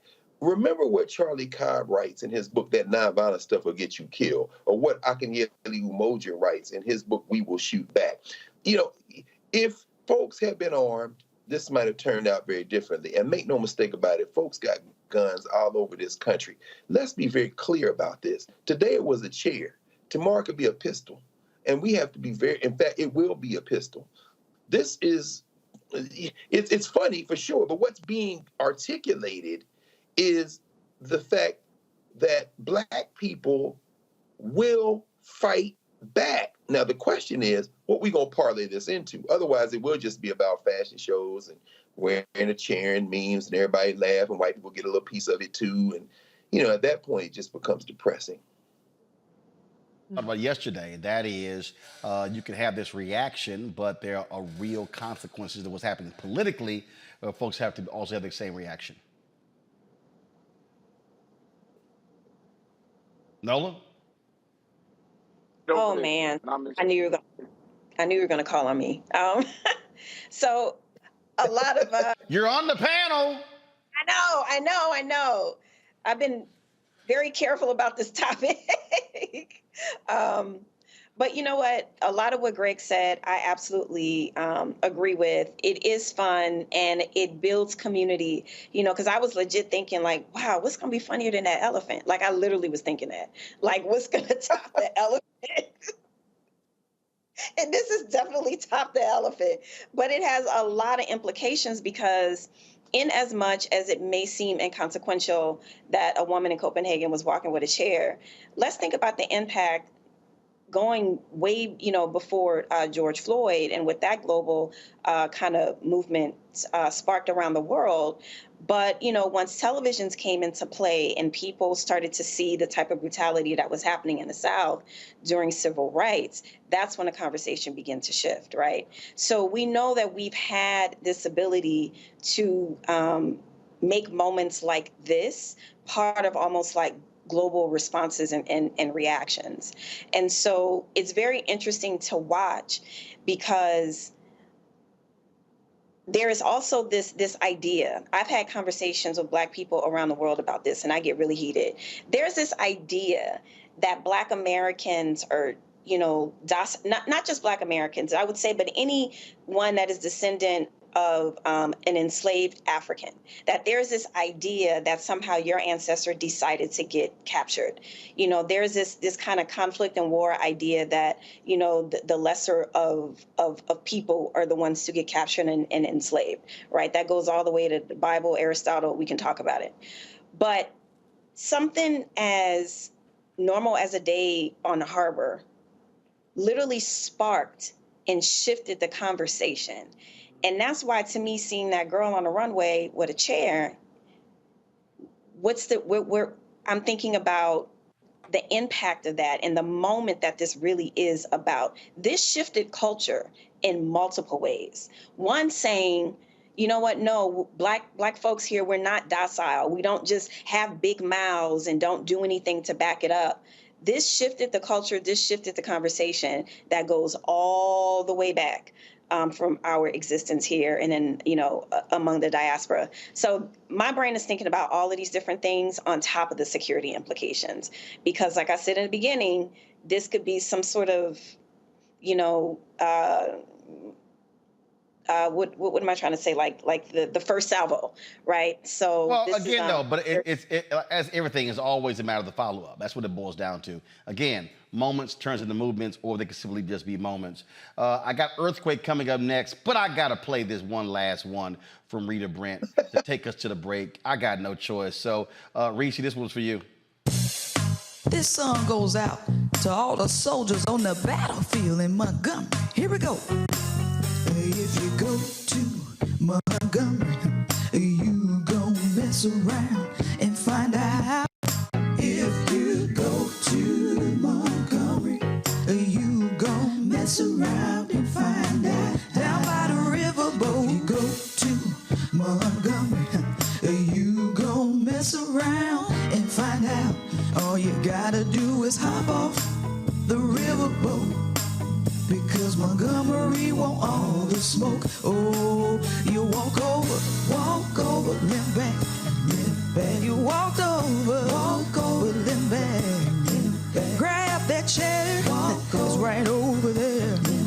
Look at that man, my God, he's swimming fast. Take off your shoes, you know what to do. We finna fight, been doing it all our life. They thought they had us chained, but God said not today.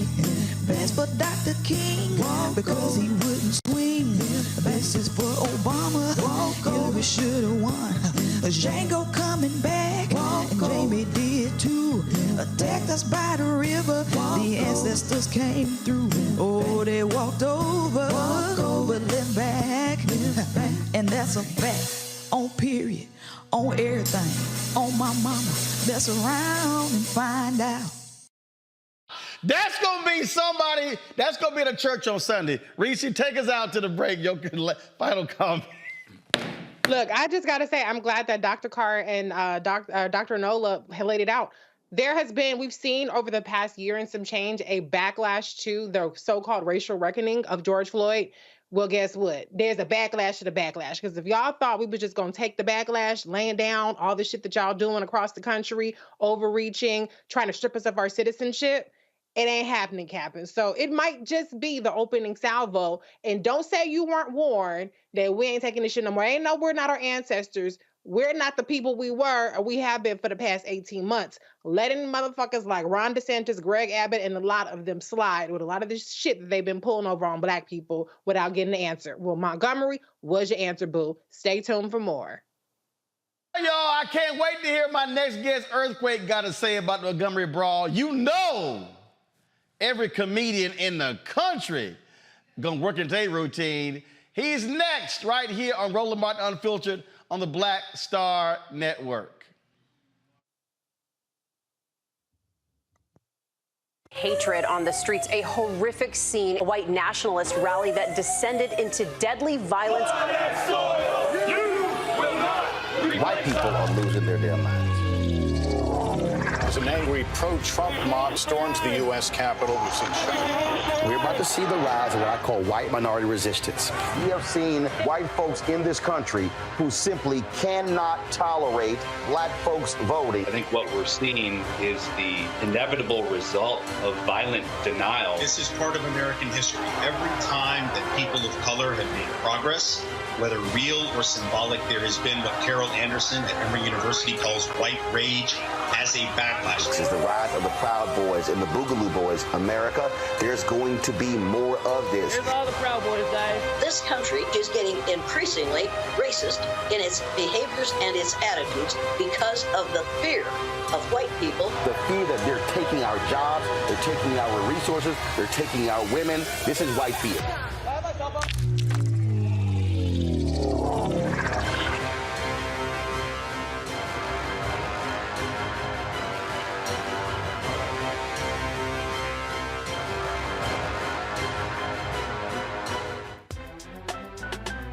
I'm Faraji Muhammad, live from LA. And this is The Culture. The Culture is a two-way conversation. You and me. We talk about the stories, politics, the good, the bad, and the downright ugly. So join our community every day at 3 p.m. Eastern and let your voice be heard. Hey, we're all in this together. So let's talk about it and see what kind of trouble we can get into. It's The Culture, weekdays at 3, only on the Black Star Network. What's up, everybody? It's your girl, Latasha from the A. And you're watching Roland Martin Unfiltered.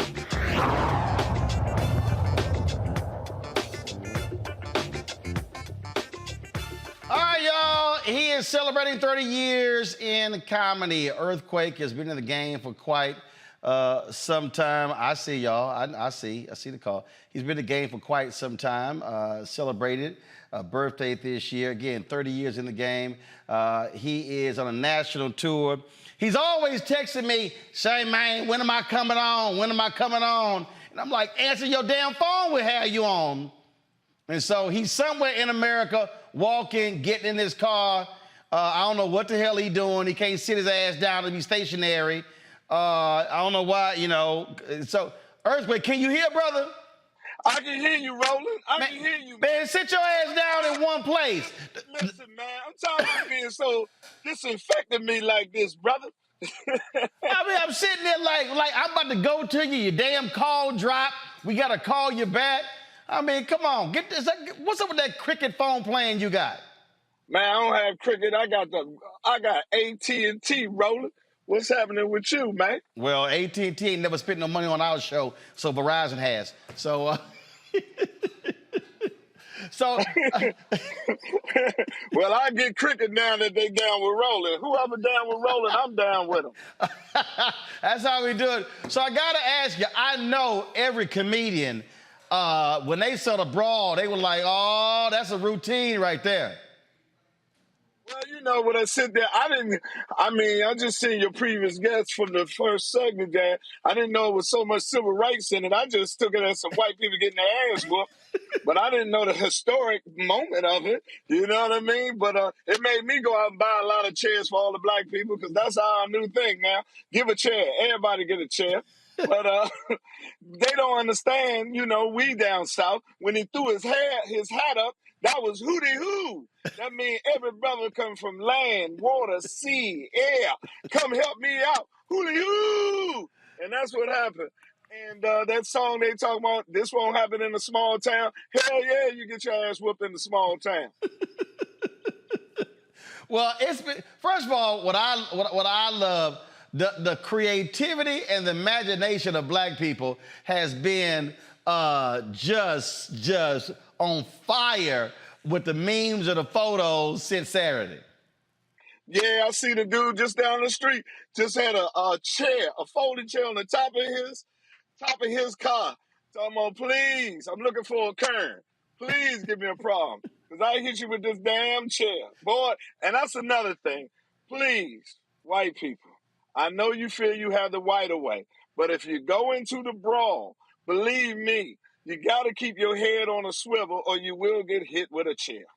Look, what still gets me, the two white women. One woman, she came down the walkway and she tried to like ease into the fight. Her ass ended up in the water. Well, did you see the one white dude that wanted to help out us? He got hit one time. He said, "Black man, you on your goddamn own. I'm out of here." The little 17-year-old. They hit him in the nuts, and he said, "That did it." Oh, it was, look, man, it was, first of all, again, it was sitting here crazy just watching it unfold. And then, of course, the white woman who was in a red dress, she decided to swing on the brother. The brother really didn't want to hit her, but the two sisters rolled up and said, "Yo, we got this. We got it." You know, listen, man. They know you about the same age I am. When you see the Vaseline, it is on. They ain't even need Vaseline this time. It was right on them all of a sudden, and it was whooping down in the gum. So I'm going down there myself just to go sit on where they was fighting on in that little riverboat and just have me a piece of chicken and have a good time. Well, it's only fitting the boat that was trying to dock was named Harriet. Harriet Tubman, look at it. Something, and she set a lot of Negroes free, didn't she? It's been 30 years for you in the game, Earthquake. Of course, you talk about it in your stand-up. You spent some time in the military, then you were like, "Hey, man, I'm out of here." Yeah, well, you know, I wanted to do 20 years, but the war broke out. I told them I don't mind practicing for war, but they wanted to fight for real. I told them I could stay at home to get shot at, so they can fight something. Plus, they was fighting over oil because that was a desert storm. I said, why would I be fighting for oil and I don't even have a car? You better send Shell over there or Exxon. That's who have it. I don't care if gas went up to $200 a gallon. I steal it like I steal everything else I can't afford. And so you get out of the military. So, but was there a moment? What was the starting point when you said, "Yeah, you know what, I could do this comedy thing"? Hanging around Steve Harvey, sitting there, and seeing how these brothers was taking it serious, and it came to me so easily. See, I tell them I didn't have it wasn't no epiphany for me. It was just the best decision that day, and the best decision hasn't came since that day.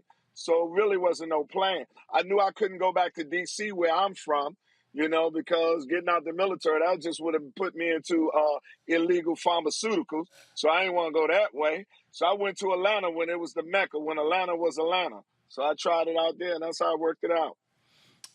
If we talk about style, there are all kinds of different styles out here. There are different comedic styles. Some folk focus on family. Some people like to tell stories. Some talk about relationships. I would say yours is more of the aggressive type. Yeah, I mean, I do it. I'm from Southeast DC. Everything in Southeast DC is aggressive. I like to, I don't like quiet. So I have to keep talking, keep them laughing. Some comedian can ride the quiet. I can't do it. It breaks me out like a rash. So I like to be funny. I like to be quick.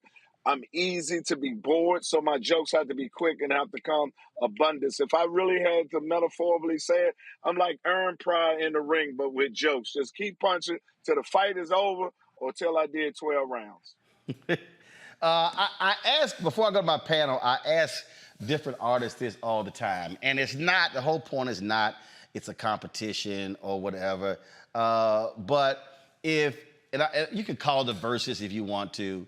But if that was just this opportunity where you got this great crowd and they could put a mic in your hand on one side of the stage and a mic in the hand of somebody on the other side of the stage, who is that comedian that you would say brings the best out of you or brings your competitive spirit out where you be like, oh, yeah, oh, it's about to be on? Oh, it's a lot of them. Steve, because I started with him. Cat and when Bernie was alive, those type of good because they was at the highest level. I watched Jerry Seinfeld because he's so precise. Every word has something. So verses for comedians would be different because it's so subjective. Right. What's funny to you is not funny to somebody else. I tell comedians this. Everybody is somebody out here that does not find you funny. All you want to do is pray that they all don't show up that night you working. So that's how it works. You know what I mean? I would think, when I look at comedic styles, I think you and DC Curry would just be ignorant. Yes. DC is one of my best friends and one of the most underrated comedians out. Has zero, he don't care about nothing. I mean, cut, he doesn't care. Shout out to DC Curry, man. I love him to death. One of my best friends. And that would be a great versus between me, him, and Uncle Elroy. I'll ask this. I think some places, I would say, for me, when it comes to giving speeches, some places just receive you differently than other places. It's just a whole different vibe, a different energy. Is there a particular city, and no matter when you've gone there, they are just, they're different than some other places? Your hometown, Houston.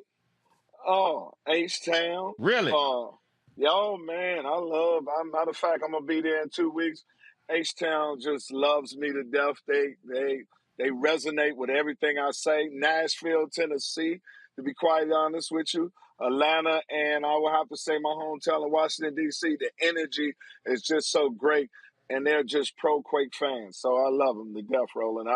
It's just when I know I'm coming there, I know I'm going to have a great time. I'm not just working. Let's see here. Who should I start with?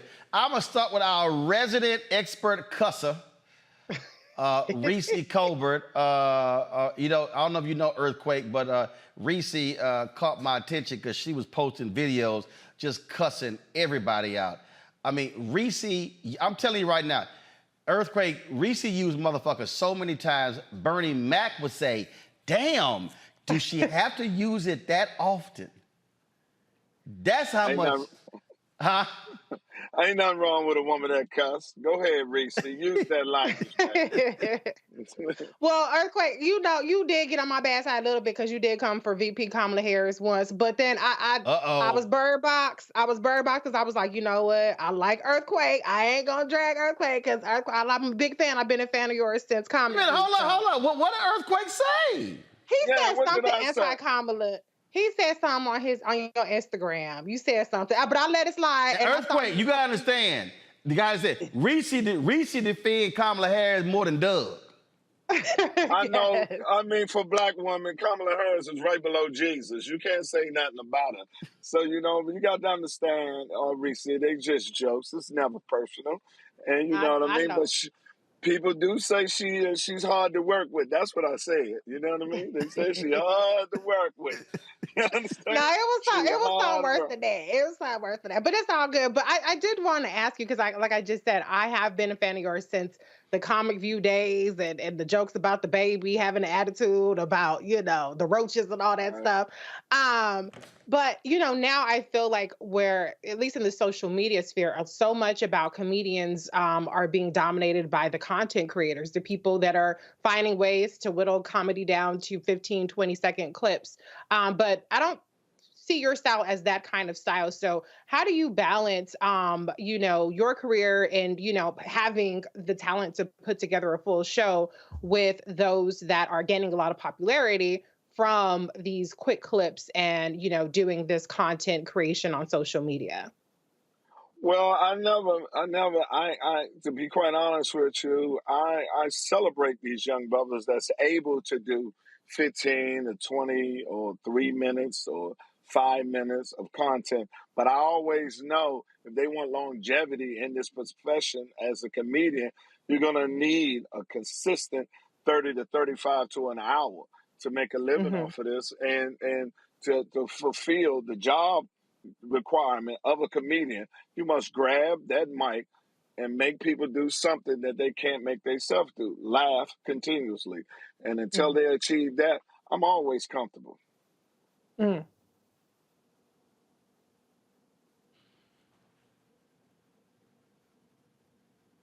Always. Nola? Nola! Happy. What? Damn it, wake up. I'm calling your ass twice. I just not heard you. Damn. You over there nodding off? Greg is in Egypt and he heard me. See, he a little feisty tonight, y'all. He a little feisty tonight. Man, you must be in need of some gumbo or something. You over there dozing off.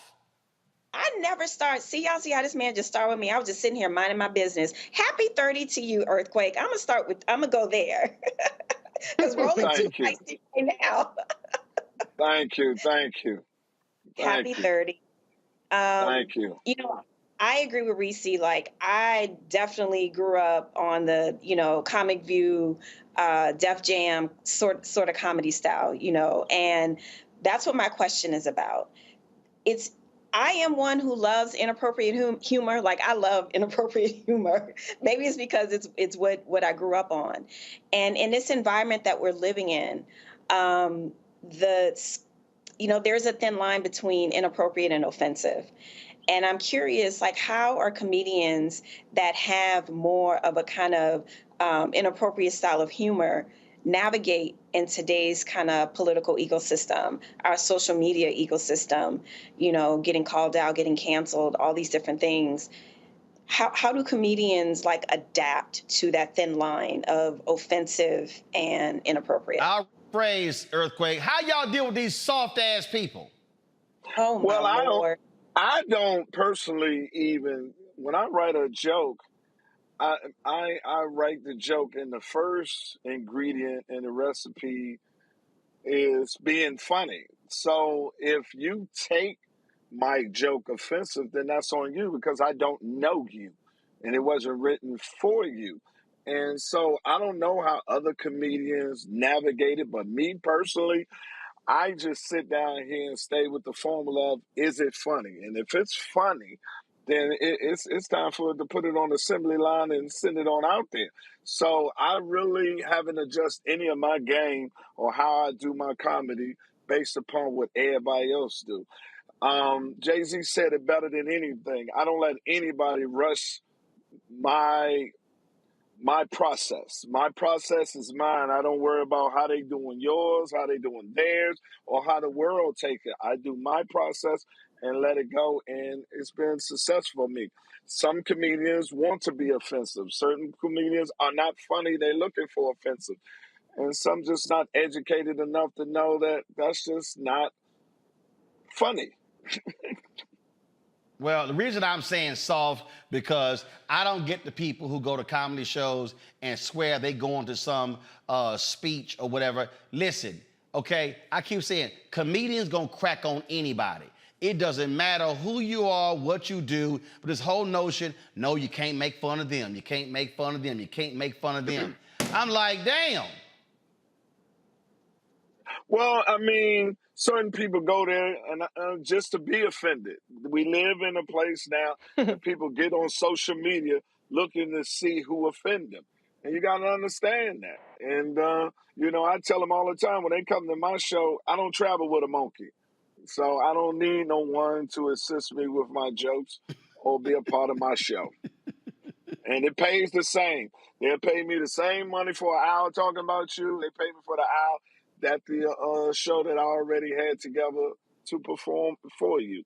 It's your choice how you want it. Well, a lot of these people sure as hell couldn't deal with Paul Mooney. Greg Carr, go ahead. Greg Carr.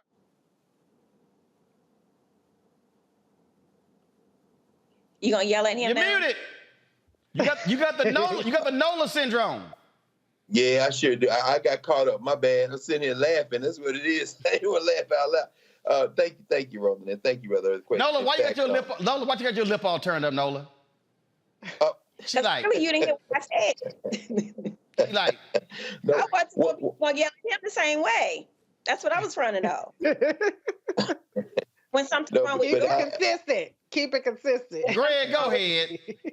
No, all I was gonna say is thank you, Brother Earthquake. Your style, you're able to deal with some topics that are important with us, and you have us laugh. In fact, I really enjoyed Legendary, the whole health is wealth byline. We're laughing, but you also address some serious issues, and that's kind of where I want to go with this. By the way, These ain't jokes. I think that is the phrase that allows that point of entry for you to balance this. Could you say something about how important it is to manage your business? I know, man, between Uptown Comedy Corner and everything else, you've always owned. You've always controlled yourself. And so, how important is that, particularly for young comedians and other people that try to be influencers, to try to hold on to as much of yourself as you can? Because when it comes to business, these ain't jokes. You've been able to do it. Well, my mother taught me that.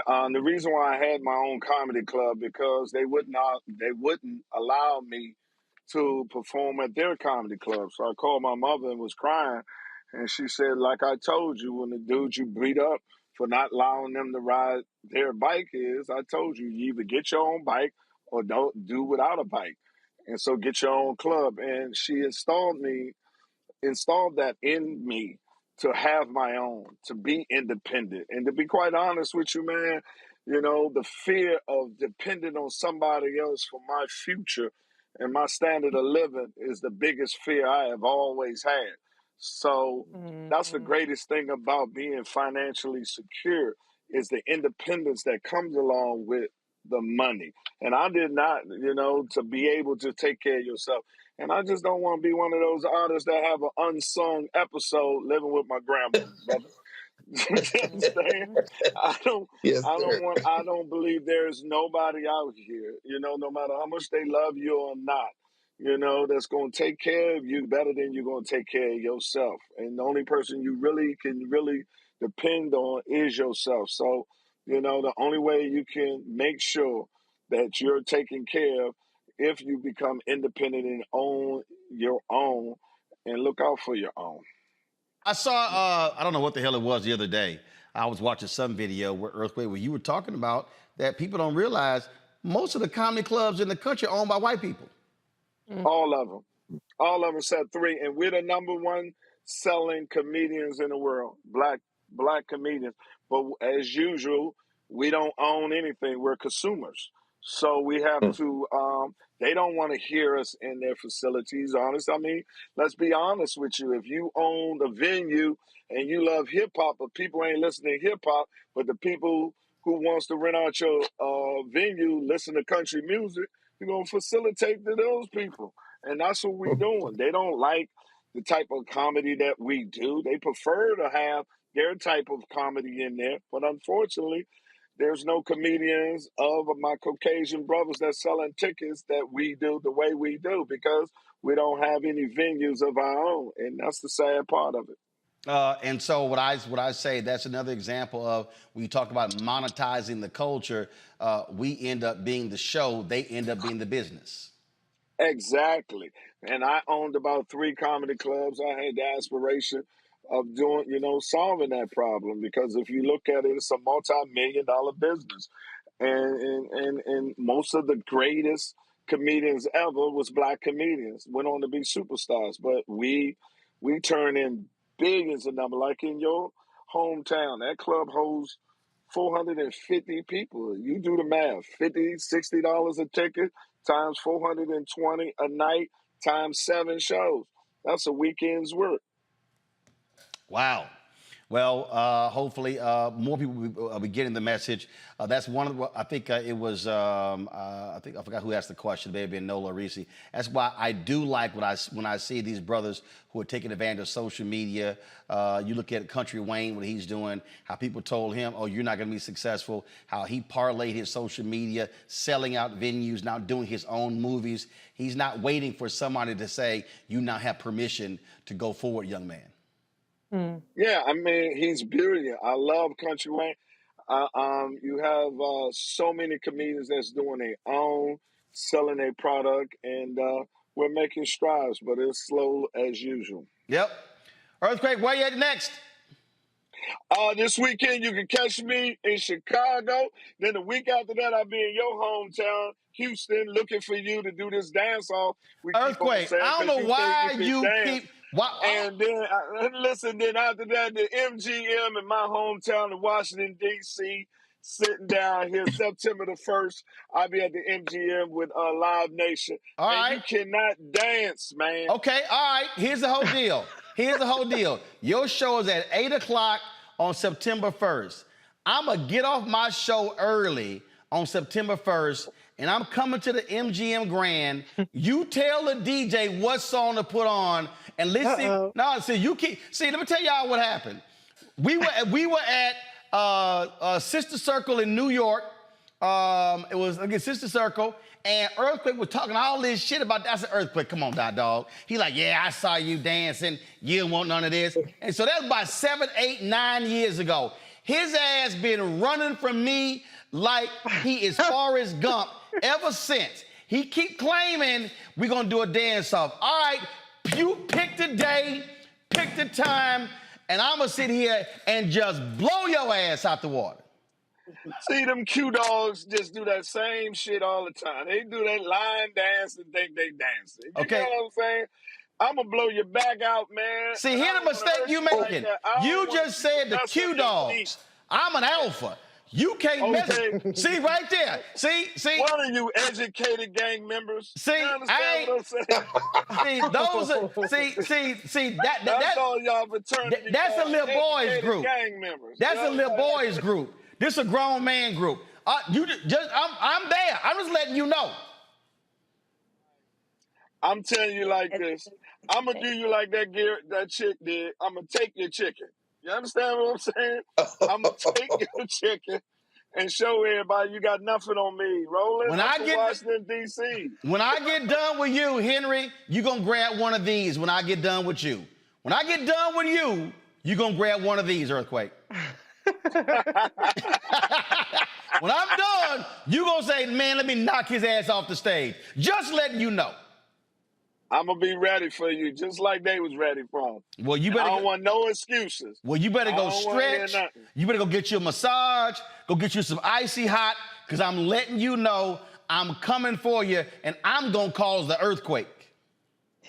September the 1st at the MGM dance off with me and Roland Martin. I'm gonna bust you up. My name is Terrence Crawford. All right, I'm just telling you right now. You better go hire the best cut man in the country, and the best cut man in D.C., because when I'm done with you, you're going to look like Errol Spence. Okay. Martin Luther King had a dream too, Roland. And guess what? Martin Luther King knew how to dance as well. I'm done, and he was an alpha man as well. I knew that was coming. I love you, man. I love you. And sisters and brothers, I love y'all too, man. Stay strong and keep doing that good work that y'all doing. Roland, I love you, man. Love you, baby. Always, Appreciate it. Appreciate it. All right, y'all. That is it for us. Greg in Egypt, Reese in D.C., sleepy ass Nola.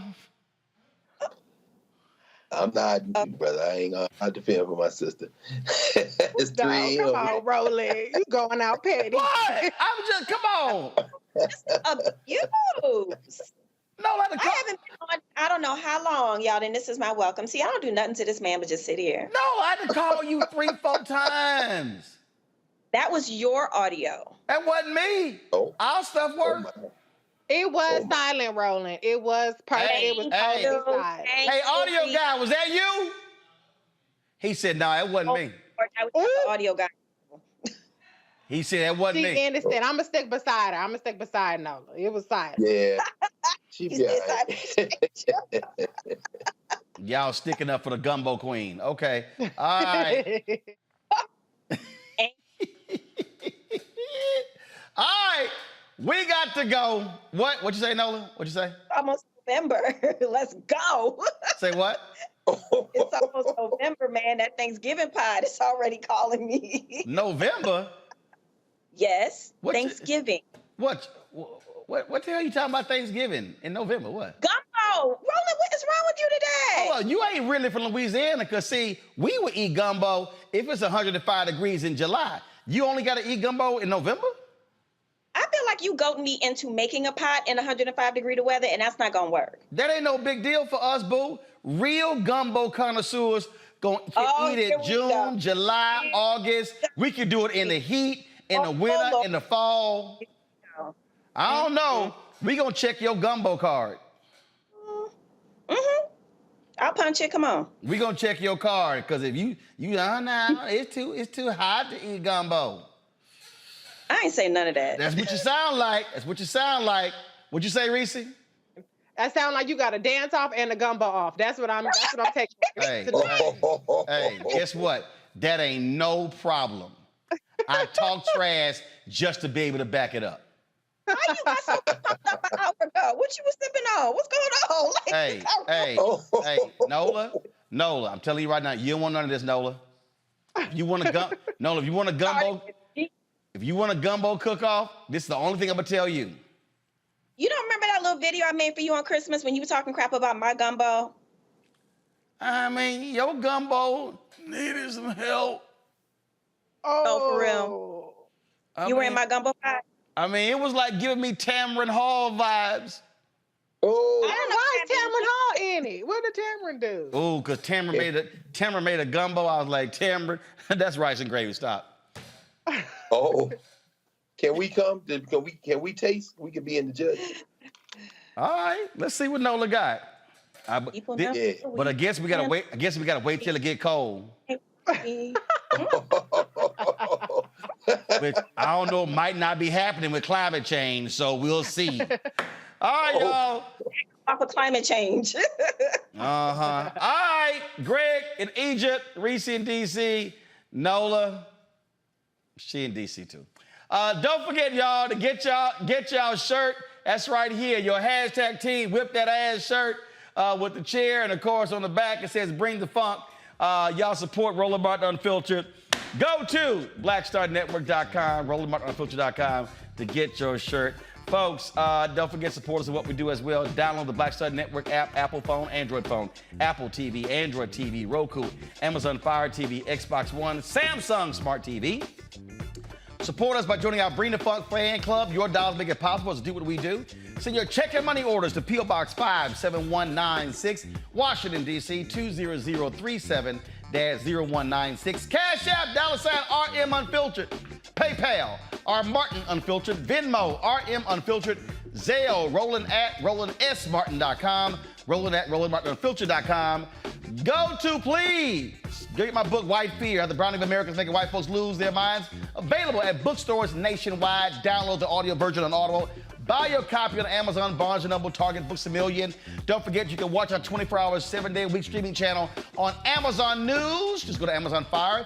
Also, tell Alexa, play news from the Black Star Network. You can also catch us now on Plex TV as well. So search for Black Star Network or go to under Live TV. Click News and Opinion. Finally, Birmingham, I am in the house tomorrow. Is it tomorrow? Yeah, tomorrow. Damn, I leave tomorrow. I got to go pack. Book signing, Harambe Room, 1815 4th Avenue North in Birmingham. Be sure to RSVP so you can get your slot.